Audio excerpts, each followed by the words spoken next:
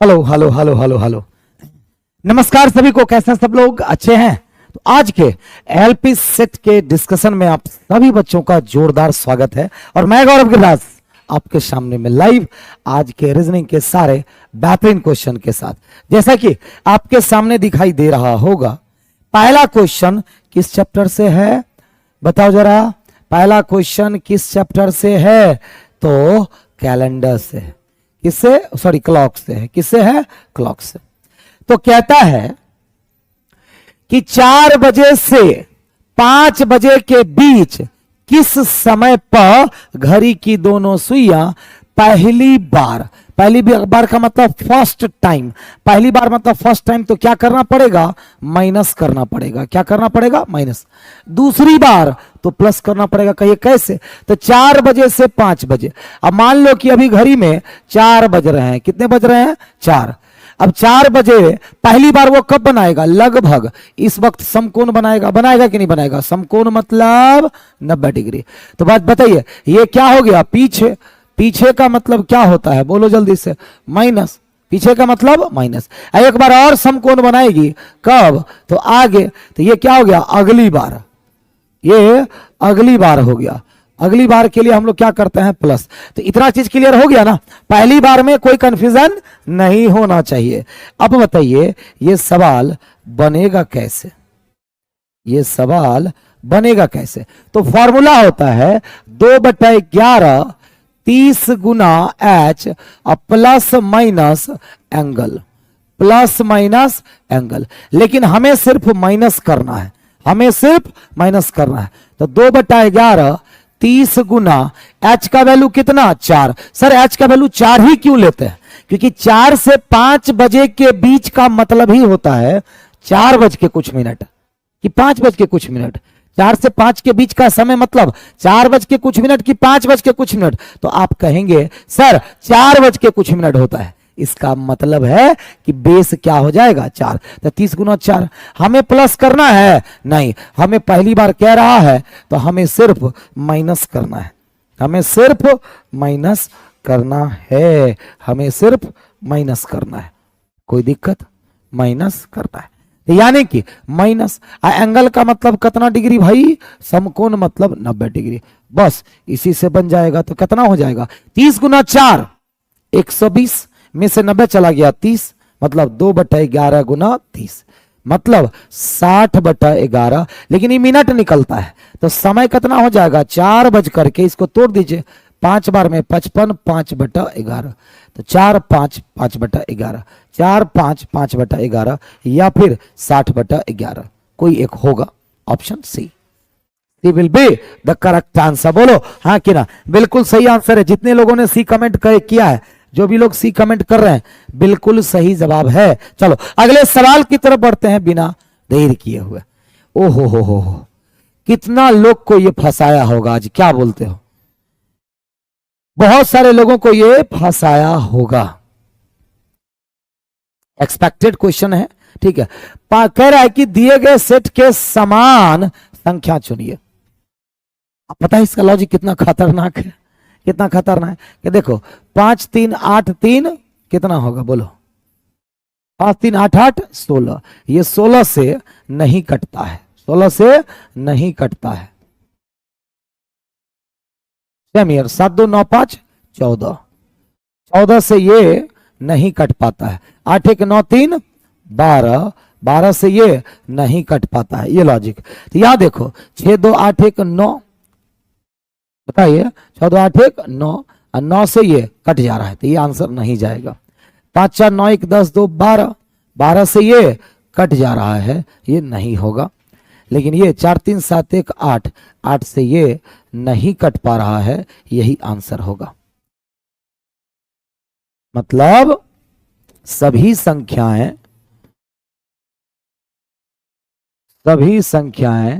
अपने अपने अंकों के योग से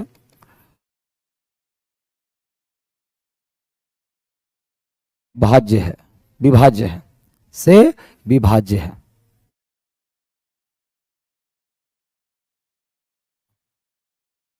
और ऐसा ऑप्शन सी, ऐसा ऑप्शन सी, मतलब 3410। ठीक है, अब क्लियर, क्लियर। चलो, बड़ा खतरनाक लॉजिक, बताओ। हाँ, इसमें से कह रहा है लुप्त कौन सा है। इस सीरीज में एक संख्या जो है लुप्त है, ये तो आराम से बना होगा आपसे, है ना। देखो, बढ़ रहा है, घट रहा है, बढ़ रहा है, घट रहा है ना। तो अल्टरनेट से भी बना सकते हैं, लेकिन सीधा देखो ना, 60 से 180 में गुना 3, फिर आधा भागा 2, फिर गुना 3 भागा 2 हो जाएगा, फिर गुना 3, मतलब 270 का आधा कितना हो जाएगा, 135। 135 गुना 3 405, आ भी गया, आ भी गया, ऑप्शन डी हो जाएगा, ऑप्शन डी हो जाएगा। क्लियर है, क्लियर है। चलो अगले सवाल पे, लेकिन में से कौन सा शब्द समूह शेष तीनों से भिन्न है, हमें पता करना है भिन्न। देखो, ए जेड अपोजिट है कि नहीं है अपोजिट है, हाँ एलम सही है। पी एक्स अपोजिट है, पी क्यू लगातार के लेटर। डी वाई अपोजिट नहीं है, यही आंसर होगा। बी वाई अपोजिट है, टी यू है कि नहीं, ई एफ, लेकिन यहां अपोजिट नहीं है। कौन अलग होगा, क्यों अलग होगा, तो पहला और अंतिम अक्षर क्या है, पहला और अंतिम अक्षर क्या है, तो अपोजिट है। क्या है, अपोजिट है। क्लियर, जो कि सी में नहीं दिया हुआ है।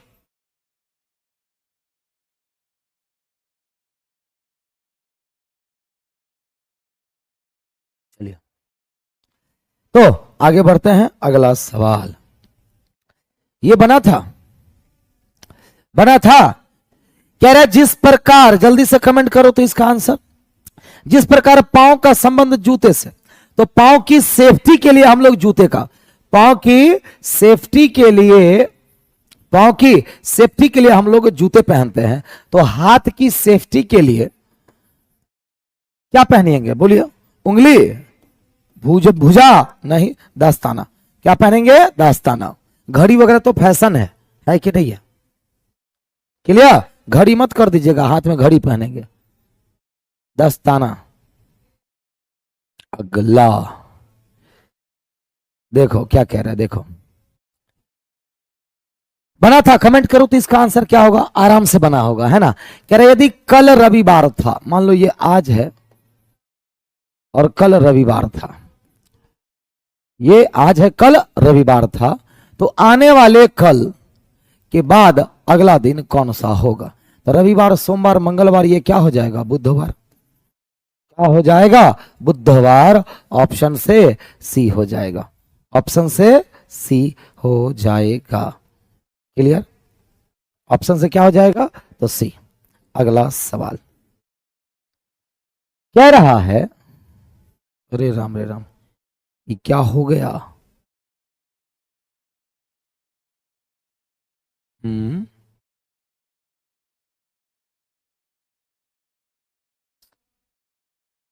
चलो इसको तो लिखना पड़ेगा मुझे, कोई बात नहीं, मैं लिख देता हूं। कितना नंबर क्वेश्चन है भाई,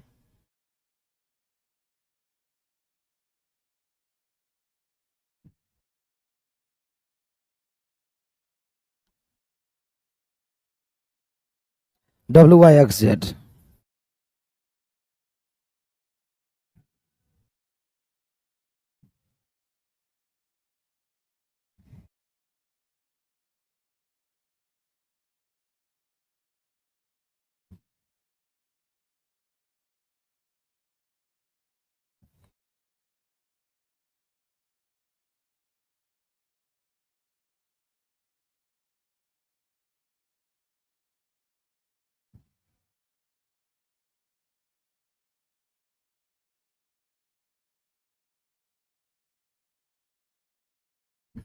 जरा बताइए किसमें सही है, बताइए।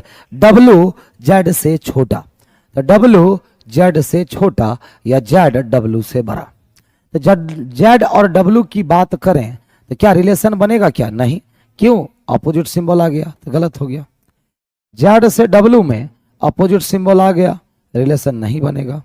अच्छा, जेड से डब्लू में बताइए, जेड से डब्ल्यू में, तो डब्ल्यू जेड से छोटा है कि नहीं, तो है सी नंबर से।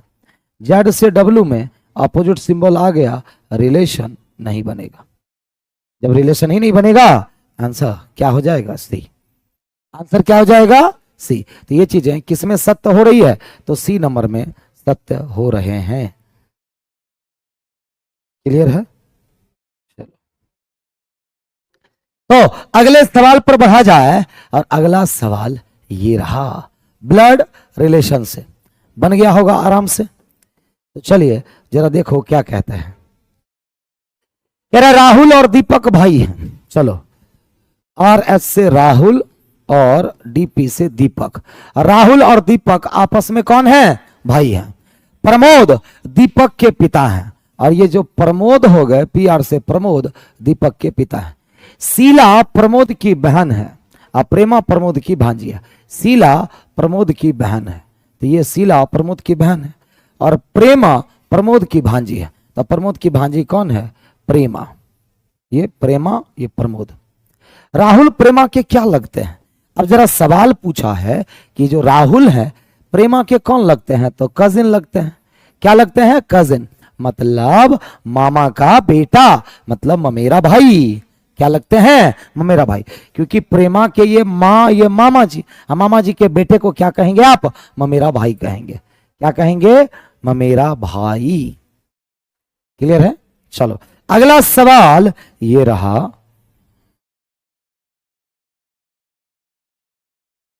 चलिए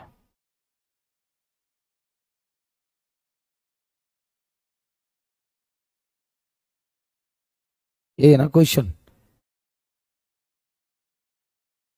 और छोटा करना पड़ेगा क्या। चलिए अब हो गया। हाँ तो भाई साहब क्या कह रहा, देखो जरा।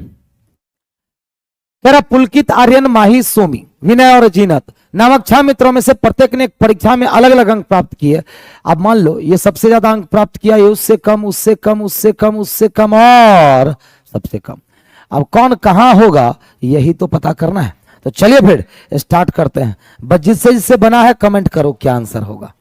ये सवाल जिनसे जिनसे बना है। कह रहा आर्यन ने केवल 4 अन्य मित्रों से कम अंक प्राप्त किए। तो 1 2 3 4, मात्र 4 लोगों से कम अंक प्राप्त किया। किसने, आर्यन। तो यहां पर आर्यन हो गया। सोमी ने माही से कम अंक प्राप्त किए, मतलब साइड में लिख करके अभी रखो, माही से कम कहां होगी, सोमी, मतलब सोमी माही से नीचे होगी। जीनत ने विनय से कम अंक प्राप्त किए, जीनत ने विनय से कम, साइड में लिख लो, विनय से कम जीनत, विनय से कम जीनत। आगे क्या कहा, पुलकित ने आर्यन से कम अंक प्राप्त किए। तो यहां पर तो भाई साहब पुलकित हो जाएगा, कोई दिक्कत, जितना दिया। माही ने जीनत से कम अंक प्राप्त किए, माही जीनत से कम अंक प्राप्त किए, जीनत विनय से कम। अब हो गया, यानी कि सबसे ऊपर विनय होगा, यहां पर जीनत हो जाएगी, माही हो जाएगी और सोमी हो जाएगी। सवाल है कि सभी 6 मित्रों से किसने सर्वाधिक अंक प्राप्त किए। तो सर्वाधिक अंक किसने प्राप्त किए, विनय। सर्वाधिक अंक किसने प्राप्त किए, विनय। लेकिन पता है यह सवाल ना डायरेक्ट बनता। अब यह सवाल डायरेक्ट कैसे बनता, जरा ध्यान दो। आपसे क्या पूछ रहा है, सर्वाधिक अंक प्राप्त करने वाला इसमें से कौन है, यानी कि जो सब कम अंक प्राप्त किया उसको हटा दो। तो आर्यन ने केवल 4 अन्य मित्रों से कम, तो आर्यन छट गया। तो आर्यन अगर है तो छाट दीजिए। सोमी ने माही से कम, तो सोमी छट गई, सोमी छट गई। जीनत ने विनय से कम, तो जीनत छट गई। पुलकित ने आर्यन से कम, तो पुलकित छट गया। माही ने जीनत से कम, तो माही छट गई। तो बची कौन, आर्यन, सोमी, जीनत, पुलकित, माही छट गया। पुलकित छट गया है, माही छट गई है, जीनत छट गया। आंसर विनय। कट करके बन गया कि नहीं बन गया, बोलो, बन गया कि नहीं बन गया, क्लियर। चलो अगला सवाल ये रहा, अगला सवाल ये रहा, कैसे बनेगा जरा दिमाग लगाइए, जरा दिमाग लगाइए।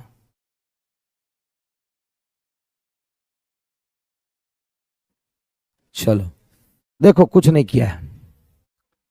एन से ओ, ई से एफ, सी से डी, मतलब +1 +1 +1, लेकिन उल्टा लिखा है। फिर देखो TUABRS। तो हम भी तब तो यही ना करेंगे जी, हम भी तब यही करेंगे।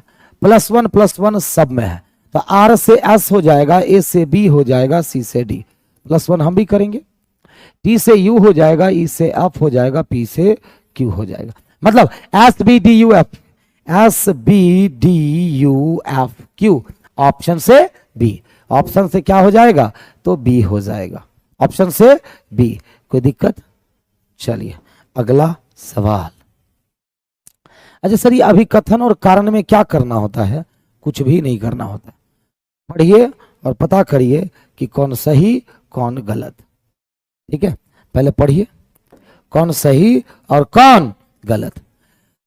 तो अभिकथन में कह रहा है भारत में न्यायपालिका जो होती है कार्यपालिका से स्वतंत्र होती है, अलग होती है क्या? आप कहेंगे सर अभिकथन तो सही है, क्योंकि भारतवर्ष में न्यायपालिका का काम अलग, कार्यपालिका अलग।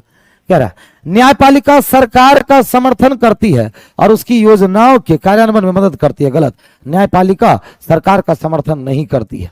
ठीक है, तो ए सही है लेकिन आर गलत है, ऑप्शन से ए। क्लियर?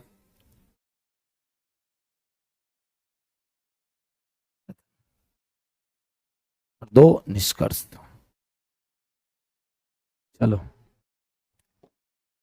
पढ़ो और जल्दी से बताओ क्या होगा, क्या होगा। कह रहा है एक फिल्म देखने के बाद लीला ने कहा कि मैं अपने सभी मित्रों को यह फिल्म देखने का सुझाव दूंगी। आप ऐसा कब करते हैं? जब आपको कोई मूवी बहुत अच्छी लगी हो, है कि नहीं है, तो आप चाहते हैं कि नहीं मैं सब दोस्तों को बताओ इतनी अच्छी मूवी है देखो। जैसे कि मैं ही अभी हाल फिलहाल में एक मूवी देखा था, जैसे कि मान लो मूवी अभी हाल फिलहाल में आई थी ना, कौन सा 12th फेल आई। फिर मैंने हाल फिलहाल में एक मूवी देखा, बड़ा जबरदस्त मूवी है श्रीकांत, रियल स्टोरी पर है, भारत की ही स्टोरी है, भारत के एक अंधे व्यक्ति पर स्टोरी है, इतनी शानदार मूवी है। तो अगर आपको कोई मूवी अच्छी लगती है तो आप क्या करते हैं, कई लोगों को सजेस्ट करते हैं कि तुम भी देखो बहुत अच्छा मूवी है। तो कब? जब बहुत अच्छी मूवी होती है। तो एक फिल्म को देखने के बाद लीला ने कहा मैं अपने सभी मित्रों को यह फिल्म देखने का सुझाव दूंगी। इस पर क्या निष्कर्ष हो सकता है? लीला को फिल्म देखने में बहुत मजा आया, हाँ, वह चाहती है कि उसके मित्र भी यह देखें, तो हाँ, यानी कि दोनों निष्कर्ष अनुसरण करते हैं। ऑप्शन से सी हो जाएगा, ऑप्शन से सी हो जाएगा। क्लियर है? चलो अगला।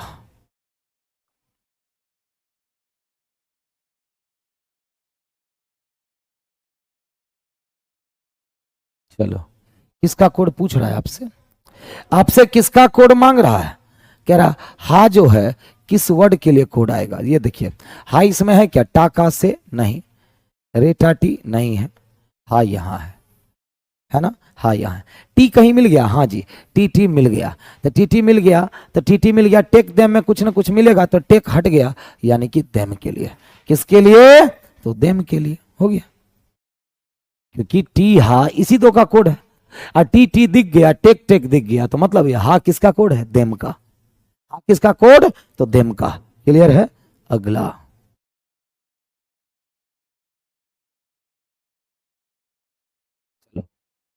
कथन है, दो धारणाएं।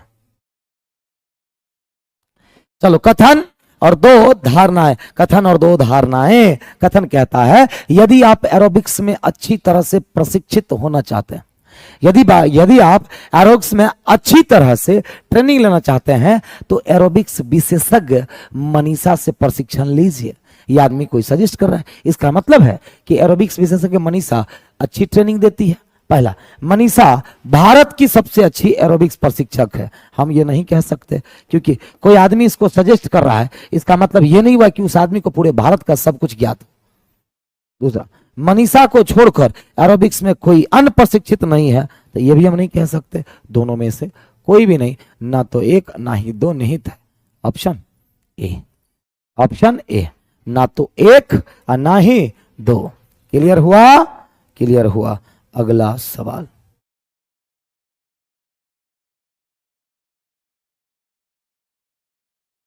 चलो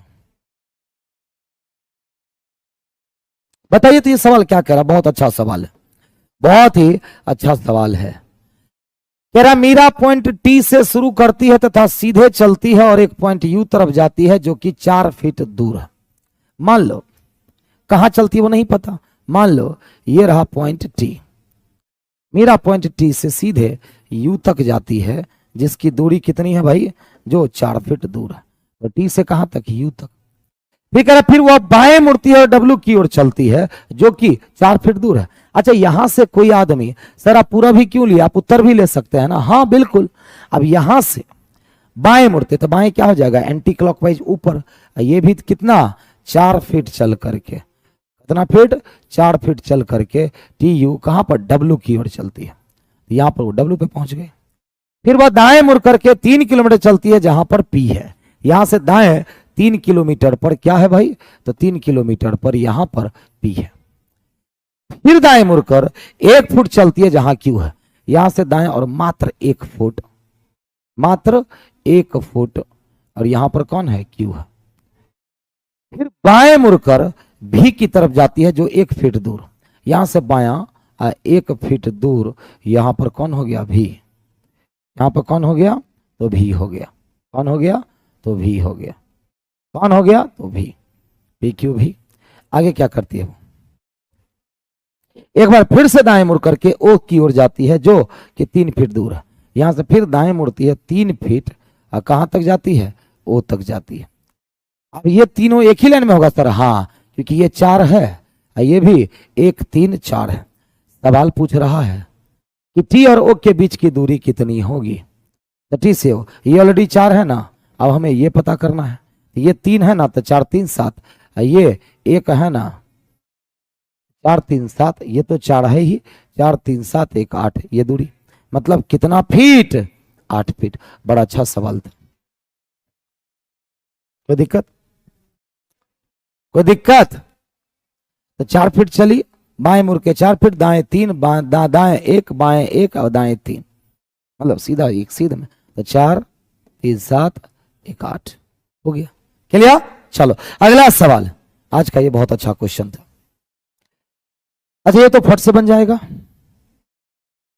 बोलिए।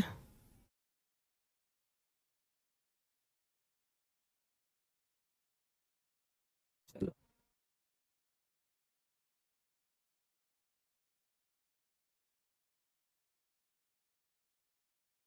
Ready, ready.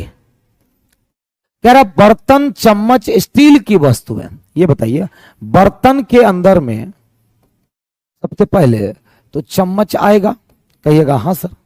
और स्टील के वस्तु है, तो स्टील की वस्तुएं तो बहुत सारी चीजें होती है, उसमें से कुछ बर्तन आएगा, कुछ चम्मच भी आएगा। तो यहां पर स्टील आ जाएगा। किसमें है भाई, सी नंबर में। किसमें है भाई, तो सी नंबर में है। किसमें है, तो सी नंबर में है। कोई दिक्कत। चलो आगे बढ़ते हैं और अगले सवाल पर बढ़ते हैं। इसका आंसर बताइए क्या होगा। किसका अपोजिट पूछ रहा है, जरा बताएंगे।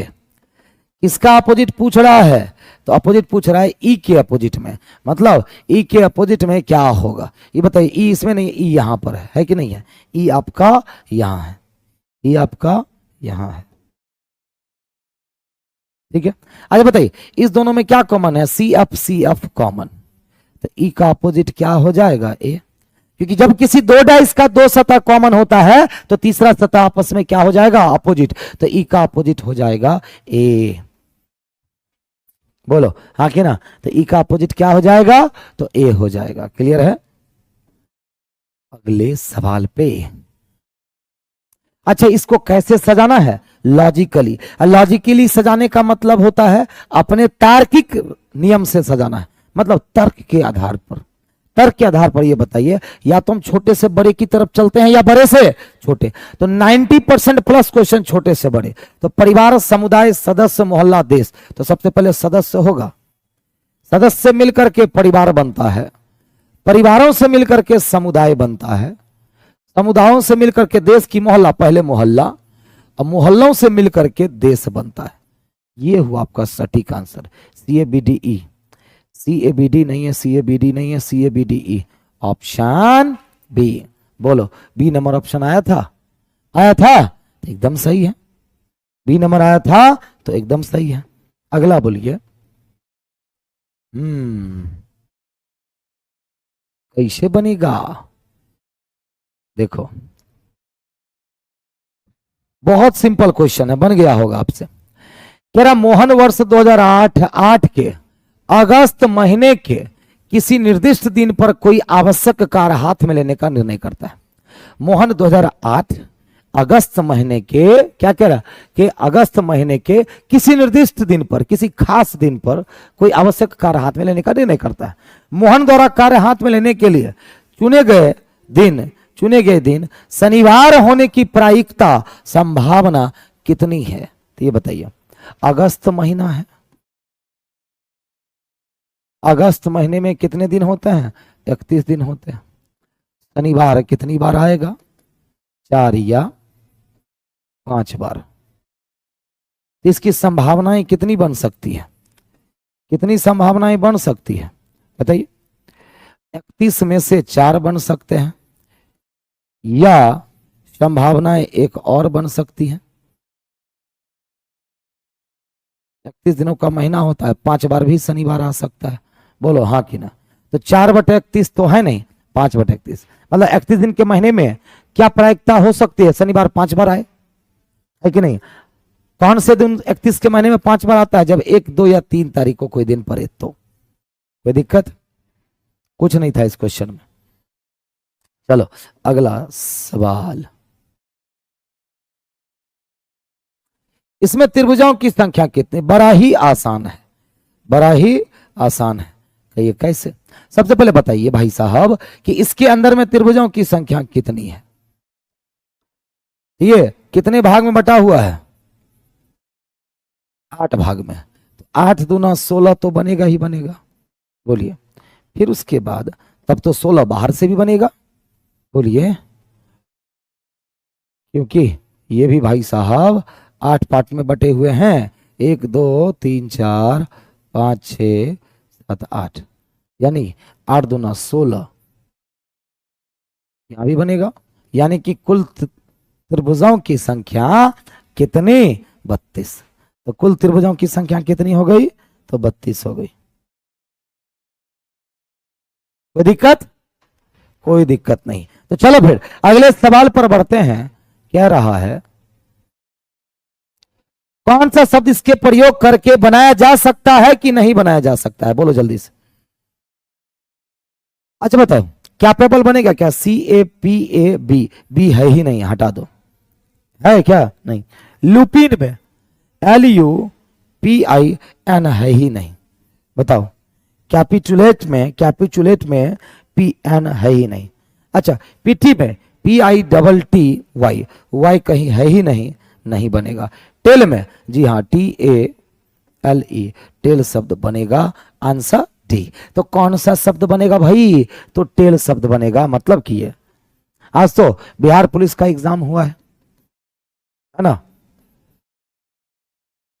बिहार पुलिस का आज एग्जाम हुआ है। कुछ लोग हो सकता है आप लोगों में से भी दिए होंगे कि नहीं दिए होंगे। क्लियर? और सब लोग, आप सब लोग 8 से 9 PM यूट्यूब पर जब मैं 20 क्वेश्चन करवाता हूं उसमें जरूर रहो, उसमें जरूर रहो। आपकी इंप्रूवमेंट इससे बढ़ जाएगी बहुत ज्यादा। कितने बजे? 8 से 9। कल से एकदम बने रहिए आप लोग। 8 से 9 PM में यूट्यूब पर लाइव डेली 20 क्वेश्चन। और ये 20 क्वेश्चन आपको टेलीग्राम पर भी PDF डेली अपलोड होता है। और ये 20 क्वेश्चन का सेट आप फ्री में बिग बूस्टर ऐप पे लगा सकते हैं। या चलो आगे बढ़ते हैं। अगला सवाल। चलिए भाई साहब।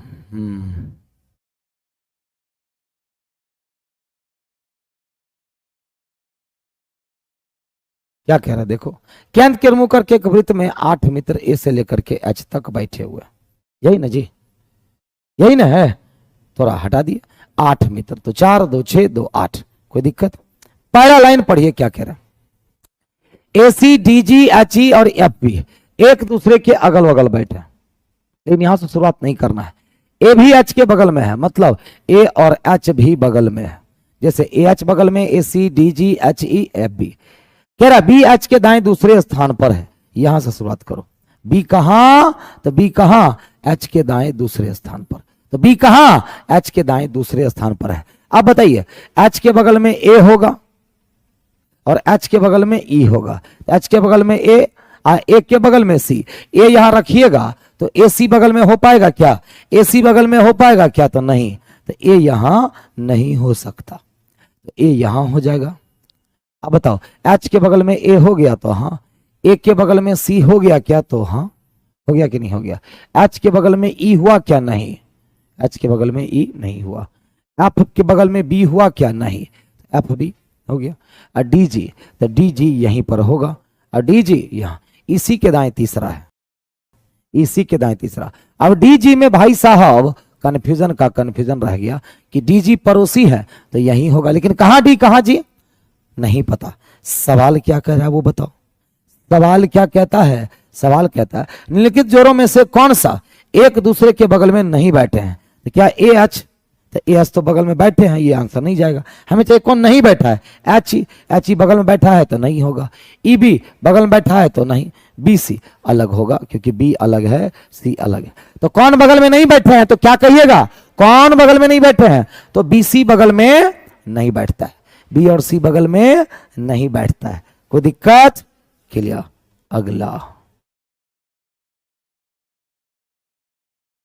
ये बना था, बड़े आराम से बनता है। इसमें करो क्या ना कि पहले पढ़ लो कौन कौन से डायग्राम साथ रहने वाले हैं। तो कुल कितना विद्यार्थी है? 50। 10 बास्केटबॉल खेलते हैं किंतु क्रिकेट नहीं, 10 क्रिकेट खेलते हैं किंतु बास्केटबॉल नहीं, तथा 15 ना तो बास्केटबॉल खेलते हैं ना ही क्रिकेट खेलते हैं। तो क्रिकेट और बास्केटबॉल दोनों खेलने वाले विद्यार्थी की संख्या क्या होगी? देखो, दो तरह के खेल हैं, दो तरह के खेल हैं, बास्केटबॉल और क्रिकेट, है कि नहीं? तो 10 बास्केटबॉल खेलते हैं लेकिन क्रिकेट नहीं, ठीक है?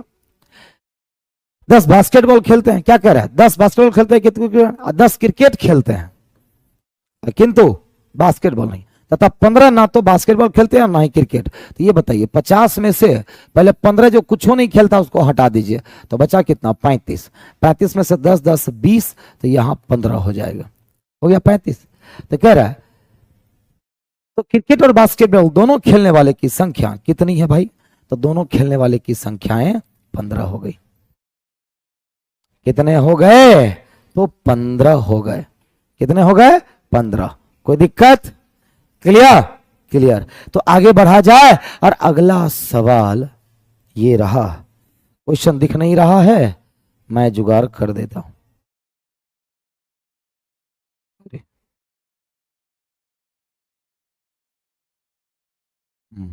ठीक है,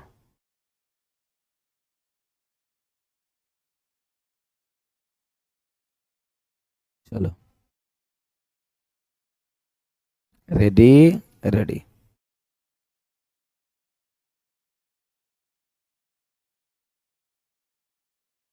चलिए, कह रहा कि कुछ लड़कियां चालाक है, एल से लड़कियां, और कुछ लड़कियां क्या है? सी से चालाक है।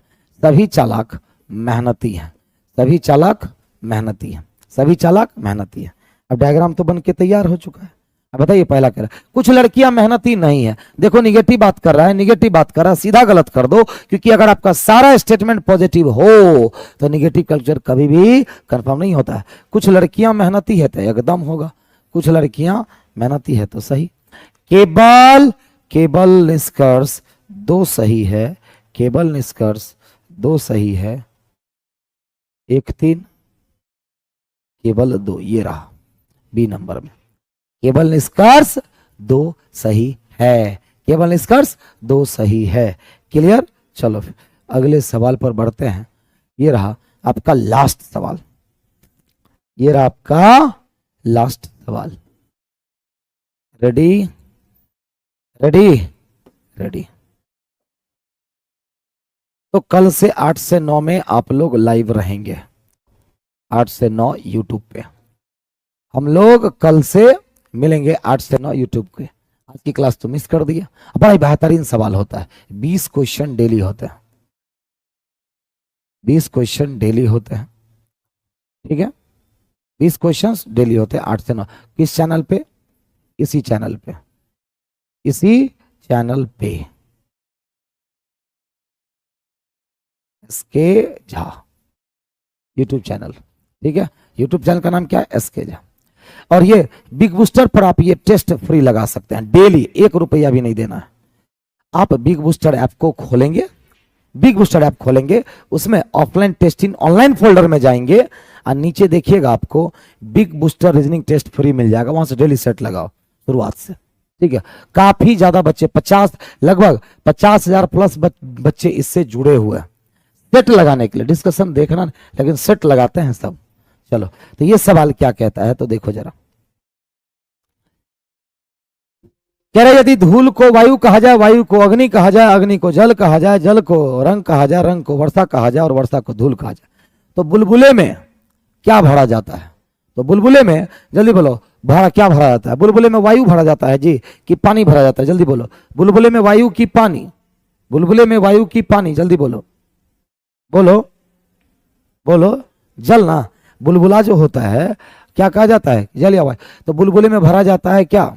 वायु, मतलब हवा। बुलबुले में क्या भराता है? वो हवा। लेकिन हवा को क्या कोड किया जाता है? अग्नि। वायु को क्या कोड किया जाता है? अग्नि। तो आपका आंसर भी क्या हो जाएगा? अग्नि हो जाएगा। क्या हो जाएगा? अग्नि। क्लियर? तो आज का सेशन यहीं समाप्त होता है, मिलते हैं फिर कल से। आज के लिए इतना ही। सभी बच्चों को bye bye, good night, love you, शुभ रात्रि, जय हिंद।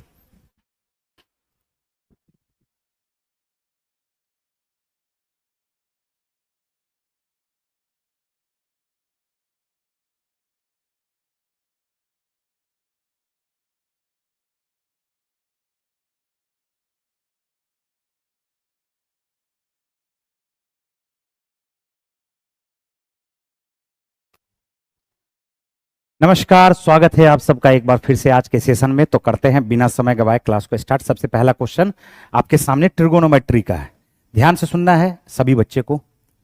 बिल्कुल ये आसान सा प्रश्न है, लेकिन इसका कॉन्सेप्ट आपको पता होगा तो बिल्कुल आसान प्रश्न है ये।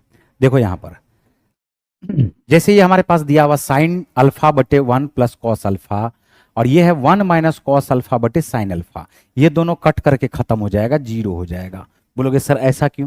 क्योंकि ये दोनों बराबर होता है, याद रखना दोनों बराबर होता है। आपको मैं यहां पर समझा दूं कि sine alpha sine square theta, sine square theta बराबर क्या होता है बताओ? बोलोगे sir 1 minus cos square theta होता है। क्या हम इसको 1 का square minus cos square theta भी लिख सकते हैं क्या? बिल्कुल लिख सकते हैं।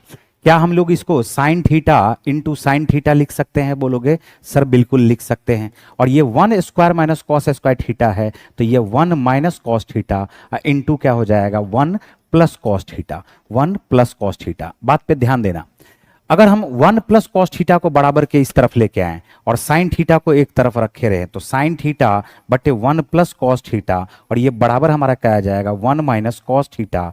और इस साइन थीटा को बराबर के उस तरफ भेजोगे तो देखो क्या दोनों बराबर आया क्या? दोनों क्या बराबर आया क्या? तो जब दोनों बराबर होगा, जब दोनों बराबर होगा तो एक दूसरे से कट करके क्या बन जाएगा बताओ? जीरो हो जाएगा। बात आया समझ में? तो ये हमारा क्या आ गया है? जीरो आ गया है। उम्मीद करते हैं कि ये कॉन्सेप्ट आपको समझ में आया होगा। क्लियर? फिर देखो यहां पर हम इसको यहां से हटाते हैं, ध्यान से सुनना। उसके बाद हमारे पास क्या दिया हुआ है? ये साइन स्क्वायर थीटा है, ये तो जीरो हो गया। साइन स्क्वायर थीटा को क्या लिख सकते हैं? 1 माइनस कॉस स्क्वायर थीटा। बोलो लिख सकते हैं क्या? अब यहां पर हमारे पास आएगा 2 minus 1 square minus cos square theta. क्या ये भी 1 square minus cos square theta हुआ क्या? क्या हम लोग इसको ऐसे लिख सकते हैं? 1 माइनस कॉस अल्फा इंटू क्या लिख सकते हैं? 1 प्लस कॉस अल्फा। बोलो लिख सकते हैं। और इसके नीचे में हमारे पास क्या है?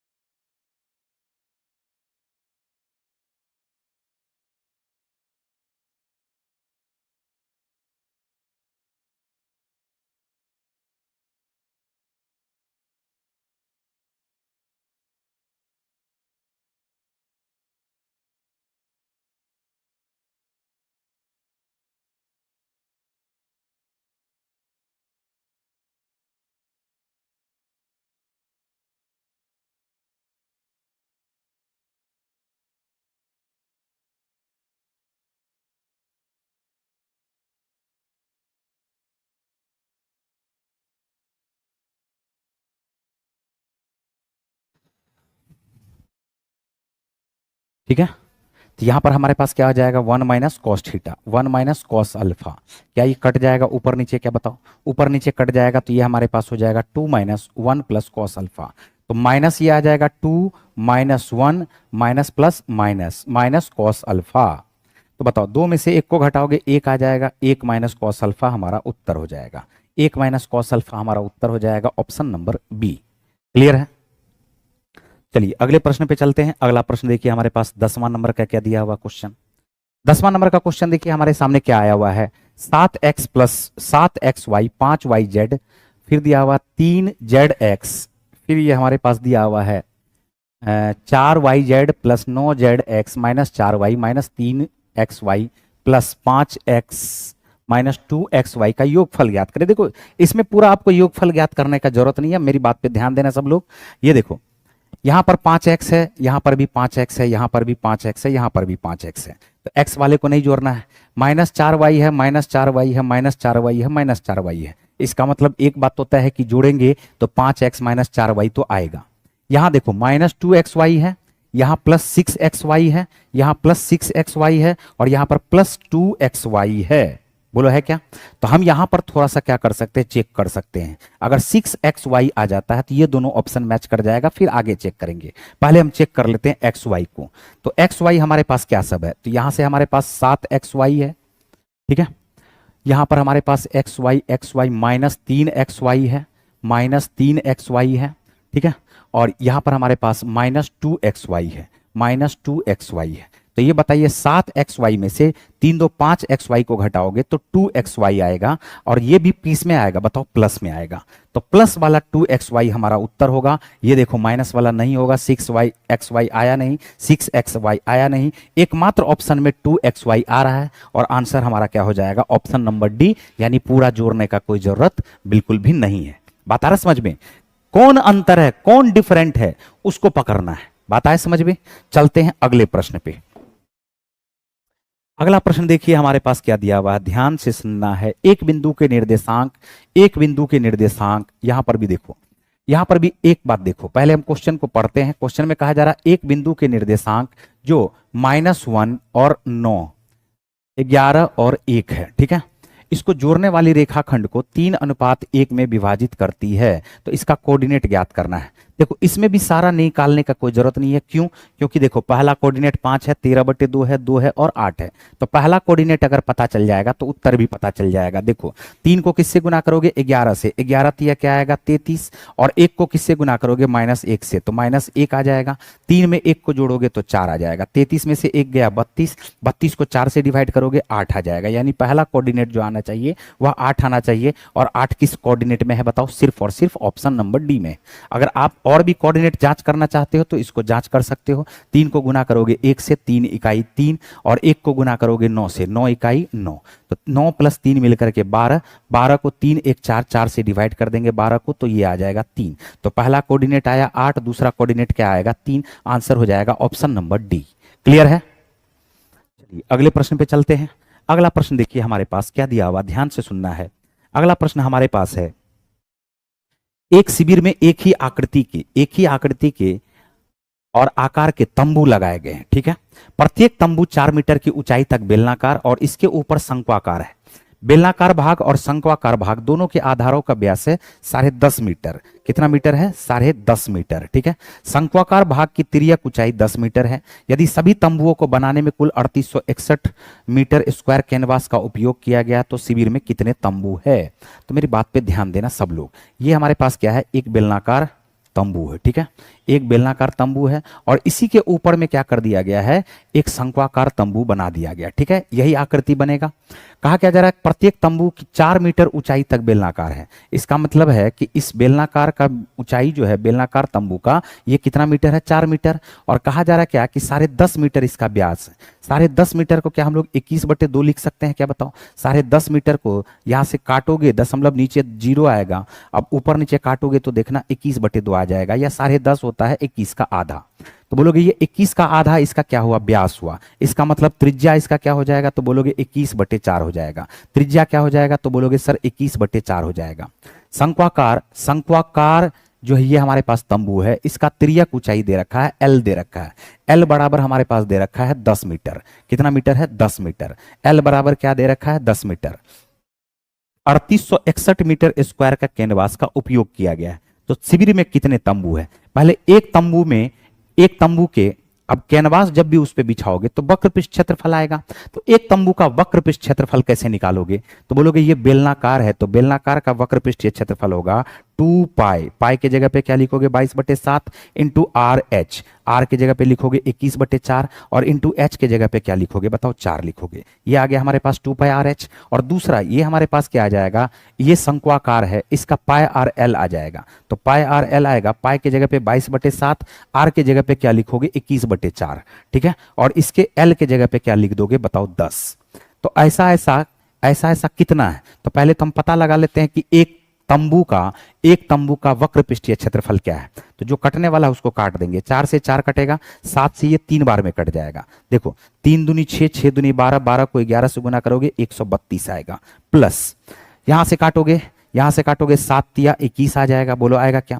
22 तिया 66, 66 को 10 से गुना करोगे 660, और 660 को 4 से गुना करोगे, 660 को 22 तिया 66, 66 गुना 10 660, 660 को 4 से डिवाइड करोगे, 660 को 4 से डिवाइड करोगे तो ये हमारे पास आ जाएगा 4 इकाई 4, 2 बच गया, 4 छके 24, 4 पंचे 20, क्या 165 मीटर स्क्वायर आ गया क्या?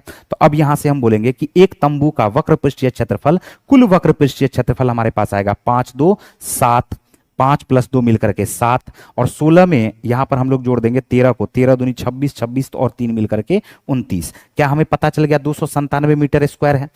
297 मीटर स्क्वायर है। ठीक है।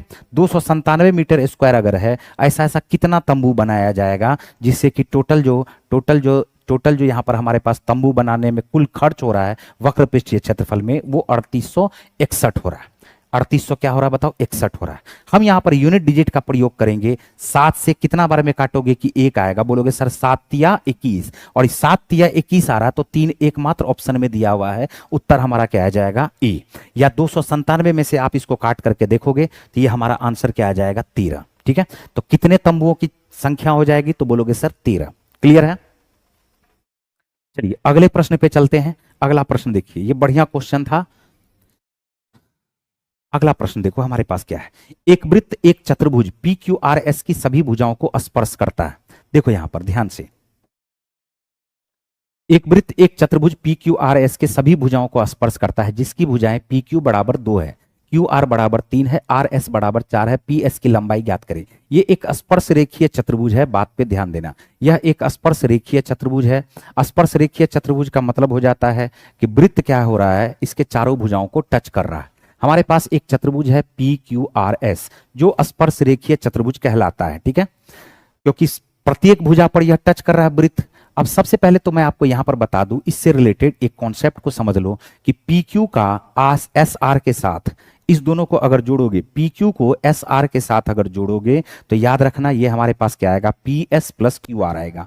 PS प्लस क्या आएगा? बताओ, QR आएगा। और इसी से संबंधित हमारे पास क्या दिया हुआ क्वेश्चन, आमने सामने के भुजाओं का योगफल, आमने सामने के भुजाओं का योगफल हमेशा क्या होगा? बराबर होगा। ठीक है। अब यहां पर देखो कि PQ का लेंथ हमारे पास दिया हुआ 2 सेंटीमीटर। ठीक है।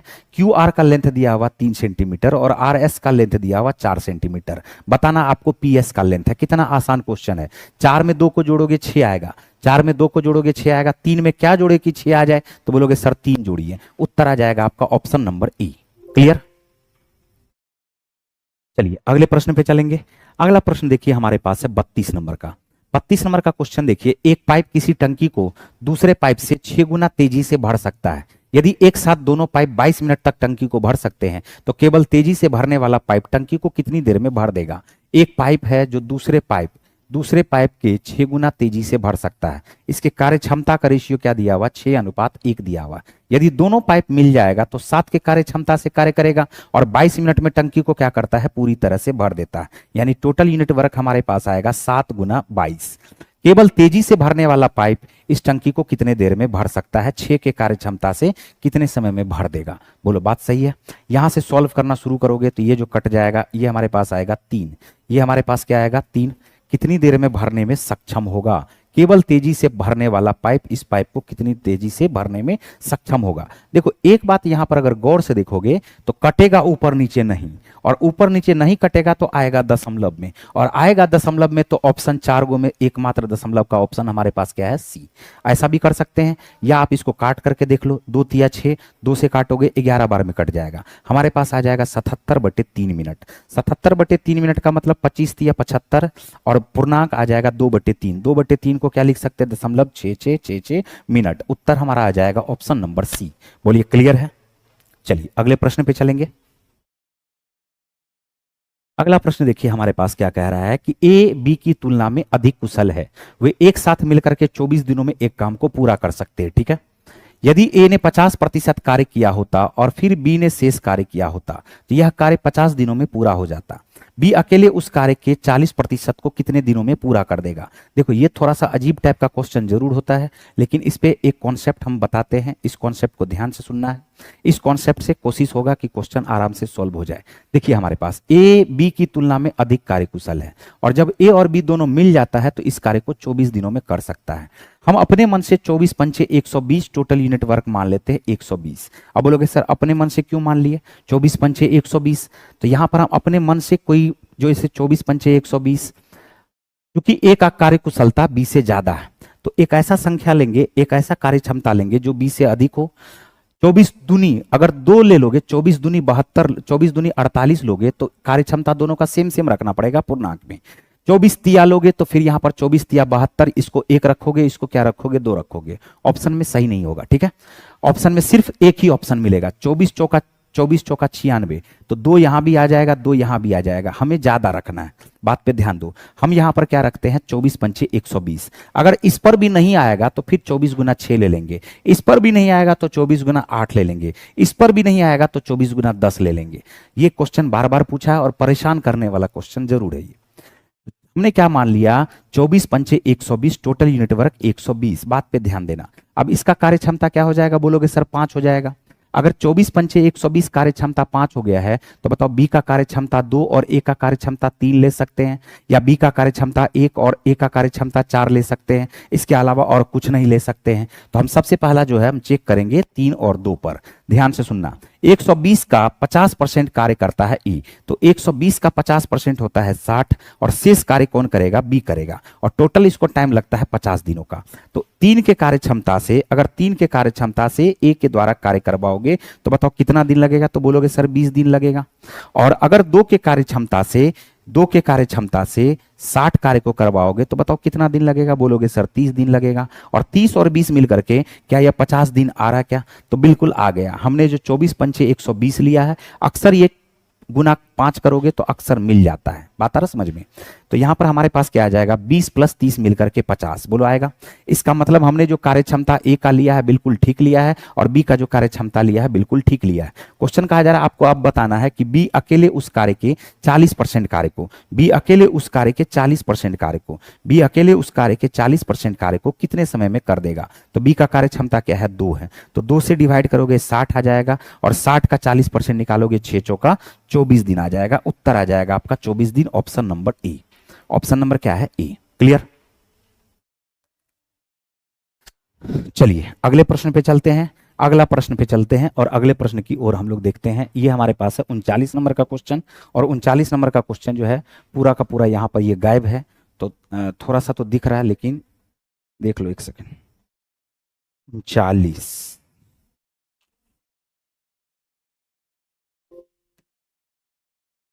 देखो 39 नंबर का जो क्वेश्चन है ये हमारे पास है 3.3/4। 3 क्या दिया हुआ है 3/4, ठीक है, माइनस ये है 61/122, 61/122, फिर प्लस में है 9/2, और डिवीजन का साइन है यहाँ पर 4/3, और फिर यहाँ पर का है 1/2, का है 1/2, और फिर अंदर चला जाएगा 1 + 1/3, और प्लस है 1/2 गुना 4/3, ठीक है। और इस प्रकार से इसका जो ऑप्शन है वो भी हमारे पास दिया हुआ है। ये हमारे पास है 431/48, दूसरा ऑप्शन में 3 है, तीसरा ऑप्शन में 163/11 है, और चौथा ऑप्शन में 9 है, ठीक है। तो सॉल्व करते हैं हम लोग यहाँ पर, देखिए ध्यान से, तो कुछ भी इसमें खास है नहीं, बस सॉल्व करना है। तो 61 बटे 122, 61 इकाई 61, 61 दूनी 122 आ गया। 4 तिया 12, 12 3 15, 15 बटे 4 में से 1 बटे 2 को हम यहाँ पर माइनस करेंगे, प्लस ये जो 9 बटे 2 है तो 9 बटे 2 को रहने दीजिए, और यहाँ पर गुना करोगे तो का हमेशा क्या होता है, फेविकॉल का जोर होता है, इसको हम लोग क्या करेंगे, उल्टा देंगे। क्या 3 बटे ये 4 हो जाएगा, क्या बताओ, तो 4 बटे 3 था तो ये हो जाएगा 3 बटे 4, और का लिखा हुआ है तो का ऊपर चला, ये भी ऊपर चला जाएगा, 2 बटे 1 हो जाएगा। ये हमारे पास गुना में है, 3 इकाई 3 1 4, 4 बटे क्या आ गया है 3, और प्लस ये हमारे पास क्या आ गया है 2 दूनी 4, 2 बटे 3। ठीक है, अब हम इसको सॉल्व कर रहे हैं। देखना यहाँ पर ध्यान से, क्या कुछ कटने वाला है तो काट दो। यहाँ पर देखो 4 से 4 ये कटने वाला है, और 3 से ये 3 कटने वाला है, और 2 से ये 2 कटने वाला। ठीक है, यहाँ पर हमारे पास 9 बचा, 9 बचा, यहाँ पर हमारे पास 2 बटे 3 बचा। तो यहाँ पर 4 2 1 3 का एलसीएम ले लोगे, ये आ जाएगा हमारे पास 4 2 और 3 का एलसीएम 4 तिया 12, 4 तिया क्या आ जाएगा बताओ 12। ठीक है, 4 तिया क्या आ जाएगा 12, और तो कुछ है नहीं यहाँ पर। ठीक है, सब कुछ 3 पूर्णांक 3 बटे 4, 61 बटे 122, 9 बटे 2, 9 बटे 2 भागा 4 बटे 3 का 1 बटे 2। ठीक है, तो यहाँ 4 2 और 3 का एलसीएम लोगे तो 12 आ जाएगा। ऊपर में करोगे क्या, ऊपर में यहाँ पर करोगे और तो ये तो कट नहीं रहा ऑप्शन में, तो फिर मिलेगा नहीं, 12 है।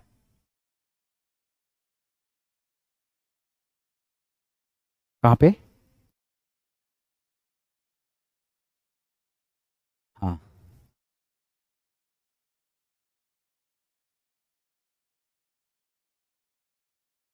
देखते हैं एक बार करके।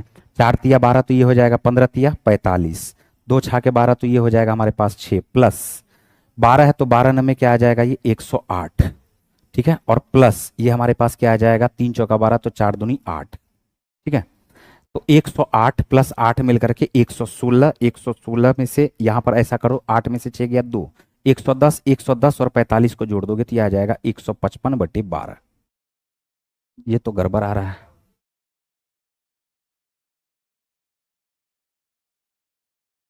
एक सेकेंड रुको, फिर क्वेश्चन लिखने दो। हाँ, क्वेश्चन ठीक लिखे ना, यही होता है ना क्वेश्चन जब सामने नहीं रहे। देखो यहाँ पर ये हमारे पास क्या है 3 पूर्णांक 3 बटे 4 माइनस 61 बटे 122 प्लस 9 बटे क्या है 2, डिवीजन का साइन है 4 बटे 3 का 1 बटे 2।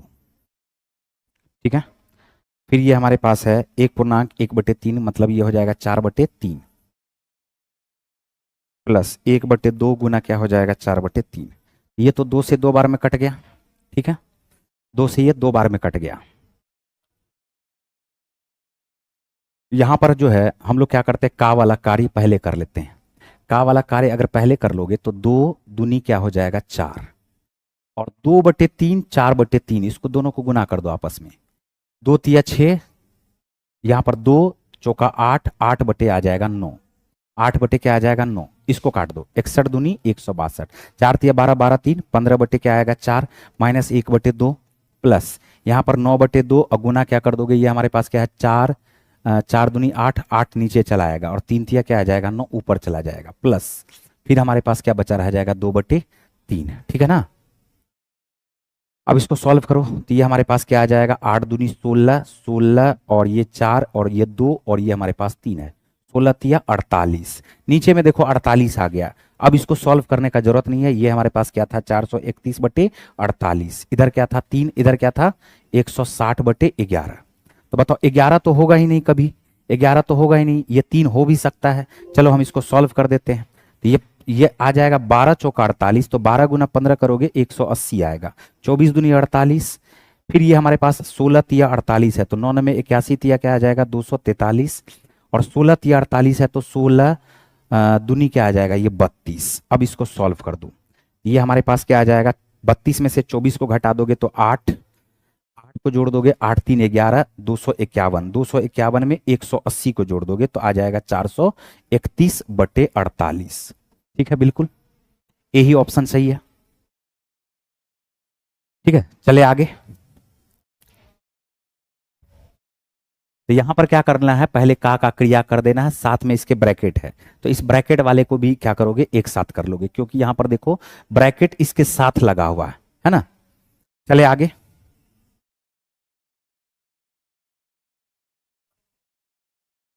अगला प्रश्न देखिए हमारे पास क्या दिया हुआ है। क्वेश्चन है, एक पार्टी हॉल में लोग नीले और लाल परिधानों में है।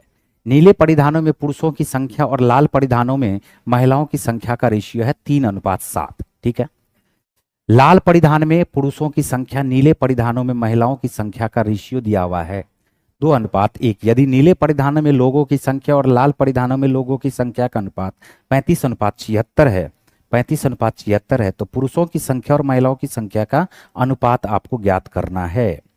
देखिए यहां पर क्वेश्चन क्या है, एक पार्टी हॉल में ब्लू कलर में और लाल कलर में लोग हैं। ठीक है, यह कहा जा रहा है कि नीले परिधान में पुरुषों की संख्या, नीले परिधान में पुरुषों की संख्या का अनुपात लाल परिधान में, रेड कलर में महिलाओं की संख्या के साथ जो अनुपात है वह हमारे पास है 3:7। ठीक है, 3 क्या है, 7। फिर कहा जा रहा है क्या कि लाल परिधान में पुरुष की संख्या, लाल परिधान में पुरुष की संख्या और नीले परिधान में महिलाओं की संख्या का अनुपात दिया हुआ है 2:1। कहा जा रहा है लोगों की संख्या, यदि नीले परिधान में लोगों की संख्या, टोटल लोगों की संख्या, और लाल परिधान में टोटल लोगों की संख्या, लाल परिधान में टोटल लोगों की संख्या का अनुपात है 35:76, 35:76। तो आपको बताना है पुरुषों की संख्या और महिलाओं की संख्या का अनुपात क्या होगा। तो टोटल तो हमारे पास 35 + 76 मिलकर के टोटल यूनिट आ जाएगा 6 5 11 7 3 10 1 11, 111।